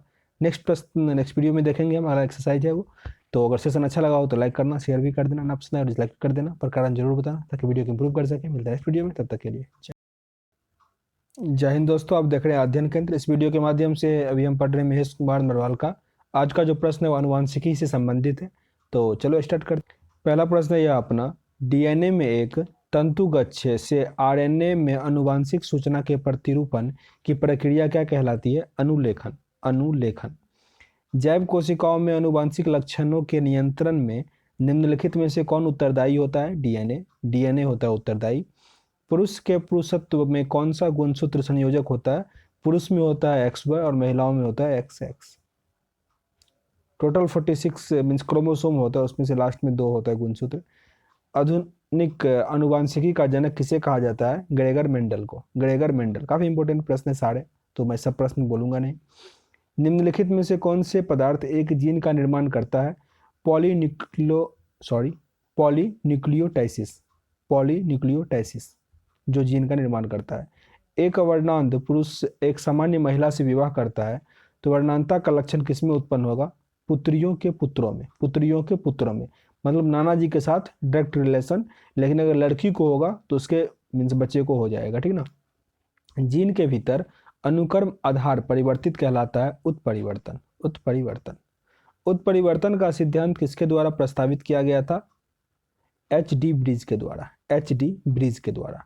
अपराधी को पहचानने के लिए फोरेंसिक विभाग द्वारा कौन सा तकनीक प्रयोग होता है? DNA fingerprint. DNA fingerprint. DNA उंगली छाप तकनीक का उपयोग किसके संसूचन के लिए किया जाता है? विवादित जनकता के लिए। DNA फिंगरप्रिंट कोई लिखा है उंगली छाप, विवादित कोई भी केस होगा उसके लिए किया जाएगा। विरोधी गुणों का युग्म जो समान विशेषताओं को नियंत्रित कर सके क्या कहलाता है? युग्म विकल्पी या एलील। सामान्यतः वर्णांधता या कलर ब्लाइंडनेस कहा जाता है। ये क्या है? एक अनुवांशिकी प्रकृति है जो पेरेंट्स से बच्चों में आता है। वर्णांध व्यक्ति किस रंग में भेद नहीं कर पाता है? तो लाल और हरे में। लाल और हरे में। हमारे शरीर में अनुवांशिकता की इकाई को क्या कहते हैं? जीन। जीन। विकासवाद का सिद्धांत किसने किया था? डार्विन ने दिया था। डार्विन, काफी इंपॉर्टेंट है। ऑटोसोम क्या है? ऑटोसोम क्या है? लिंगी गुणसूत्र को छोड़कर अन्य गुणसूत्र। टोटल गुणसूत्र कितना होता है? 46 मैंने बताया था ना, तो 44 कर लो, ठीक ना। 2 होता है लैंगिक गुणसूत्र जो XY और XX होता है। निम्नलिखित में से कौन कंपोजिटी कुल का पौधा है? सूर्यमुखी। सूरजमुखी। निम्नलिखित में से सबसे लंबे गुणसूत्र पाया जाता है किसमें? ट्रेलियम में। ट्रेलियम। जीन में अचानक परिवर्तन जो एक पीढ़ी से दूसरे पीढ़ी में होता है उसको क्या कहते हैं? उसको कहा जाता है उत्परिवर्तन। उत्परिवर्तन। निम्नलिखित में से कौन सी प्रक्रिया मेंडल का अपवाद है? लिंकेज। लिंकेज। हेरिडिटी शब्द का प्रतिपादन किसने किया था? स्पेंसर ने। स्पेंसर। जीवधारी के आनुवांशिक संगठन को क्या कहा जाता है? जीनोटाइप। जीनोटाइप। जिम्नोस्पर्म का आर्थिक महत्व है, यहाँ पे सभी है, मीन्स रेजिन, वाष्पीय तेल और भोजन के रूप में। जिम्नोस्पर्म। जिम्नोस्पर्म पढ़ा जाएगा उसको। नर के सहायक जनन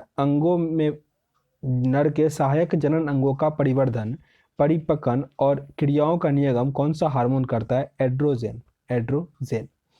चिंपैंजी में कितने जोड़े गुणसूत्र होते हैं? 24 जोड़े, मीन्स 48, 48। स्त्रियों में कौन सा हार्मोन एस्ट्रॉइड नहीं रहता? तो रिलैक्सिन। रिलैक्सिन। जबकि प्रोलैक्टिन, एस्ट्रिडियोल ये सब क्या होता है? महिलाओं में, मीन्स स्त्रियों में ये हार्मोन एस्ट्रियोड होता है। अविकसित बच्चों के जन्म देने वाला प्राणी कौन सा है? कंगारू। अविकसित बच्चों को जन्म देता है कंगारू। मनुष्य के लिंग निर्धारण किस पर निर्भर करता है? तो पुरुषों के क्रोमोसोम पर। होता क्या है? पुरुषों में हुआ आपका XY और महिलाओं में XX। तो महिलाओं से तो फिक्स X ही आएगा, पुरुष से अगर X आ गया तो लड़की होगी, Y आ गया तो लड़का होगा, तो पुरुष के क्रोमोसोम पर डिपेंड करता है। मानव शरीर के निम्नलिखित भागों में से किस एक में शुक्राणु डिंब का निषेचन होता है? डिंब वाहिनी में। डिंब वाहिनी। साधारण मनुष्य में गुणसूत्रों की संख्या कितनी होती है? 46। 46 या 23 जोड़ा कह लो। शुक्राणु और अंडाणु का संलयन क्या कहलाता है? निषेचन। निषेचन। मानव में होने वाले वंशानुगत बीमारी डाउन सिंड्रोम किस कारण से होता है? 21 के त्रिगुणक के कारण। गुणसूत्र 21 का अगर त्रिगुणक हो जाता है तो उसके कारण वो डिजीज होता है। हेमोफीलिया एक अनुवांशिक विकार है जो उत्पन्न होता है, रक्त के स्कंदन ना होता है, मीन्स ब्लड क्लॉटिंग नहीं होगा, मीन्स विटामिन के का कमी होना, यही सब। यहाँ पे कथन पर विचार करना है। पहला है कि मानव में संतान के लिंग निर्धारण में स्त्री की भूमिका होती है, ये गलत है, पुरुषों का होता है। स्त्री में 2 गुणसूत्र X होते हैं, बिल्कुल सही है, 2 X और X गुणसूत्र होते हैं, तो यहाँ पे ये आपका R क्या हो जाएगा? सही हो जाएगा, और एक गलत था। एक जीन 2 या 2 से अधिक भिन्न भिन्न लक्षणों को एक साथ नियंत्रित करता है, इस तथ्य को क्या कहा जाता है? बहुप्रभाविता। ठीक ना, बहुप्रभाविता। विकास का मुख्य कारक है प्राकृतिक वरण। प्राकृतिक वर्ण। अब एक नेक्स्ट एक्सरसाइज है, उसके बाद आपका ये महेश कुमार मनोहर का बायोलॉजी खत्म हो जाएगा। उसके बाद मैं इसका एक मास्टर वीडियो लेके आ जाऊँगा, फिर आपका बायोलॉजी रिवाइज कर लेना, ठीक ना। चलिए मिलते हैं नेक्स्ट वीडियो में, तब तक के लिए जय हिंद। जय हिंद दोस्तों, आप देख रहे हैं अध्ययन केंद्र। इस वीडियो के माध्यम से अभी हम पढ़ रहे हैं महेश कुमार मनोहर का बुक बायोलॉजी मीन्स, और आज हमारा होगा अनुवांशिकी। पहला प्रश्न है अपना, प्रयोगशाला में सर्वप्रथम डीएनए का संश्लेषण किनके द्वारा किया गया था? खुराना के द्वारा। खुराना, हरगोविंद खुराना। इनको नोबेल प्राइज ही मिला था। कमेंट में बता पाओगे कब मिला था नोबेल प्राइज? डीएनए फिंगरप्रिंट का डीएनए फिंगरप्रिंट का प्रयोग किसकी पहचान के लिए किया जाता है? उपयुक्त सभी मीन्स बलात्कारी, चोर, माता पिता। डीएनए का test means fingerprint, DNA fingerprint. विश्व स्तर पर प्रोग्राम ह्यूमन जीनोम प्रोजेक्ट का संबंध किससे है? मानव जीन और उसके अनुक्रमों की पहचान और मानव चित्रण से। आंसर बनेगा यहाँ पे डी। डीएनए परीक्षण किया गया था किनके द्वारा? डॉक्टर एलेक जेफरी द्वारा, डॉक्टर एलेक जेफरीज के द्वारा। निम्नलिखित में से कौन से मानव जीनोम परियोजना से संबंधित सही तथ्य है? तो यहाँ पे दोनों तथ्य सही है, 1 और 2। यह परियोजना 1990 से 2003 के मध्य संपन्न हुआ। इसका उद्देश्य अधिक शुद्ध व सूक्ष्मतम स्तर पर मानव जीनोम की वृद्धि का विकास करना था। आंसर यहाँ पे बी दिया गया है। निम्नलिखित में से किन्हें अनुवांशिकी इंजीनियरिंग का जनक कहा जाता है? पॉल वर्ग को, पॉल वर्ग को। निम्नलिखित में से कौन सी विधि प्रक्रिया जैव प्रबोधनिक की है? जैव प्रबोधन मीन्स जैव का है तो दही बनना आपका, ठीक ना। दही बनना क्या होता है? इसमें जीवाणु का हस्तक्षेप होता है। जीव के क्लोन के संबंध में निम्नलिखित में से कौन सा कथन सही है? क्लोन अलैंगिक विधि से उत्पन्न होता है, क्लोन अलैंगिक विधि के द्वारा उत्पन्न होता है।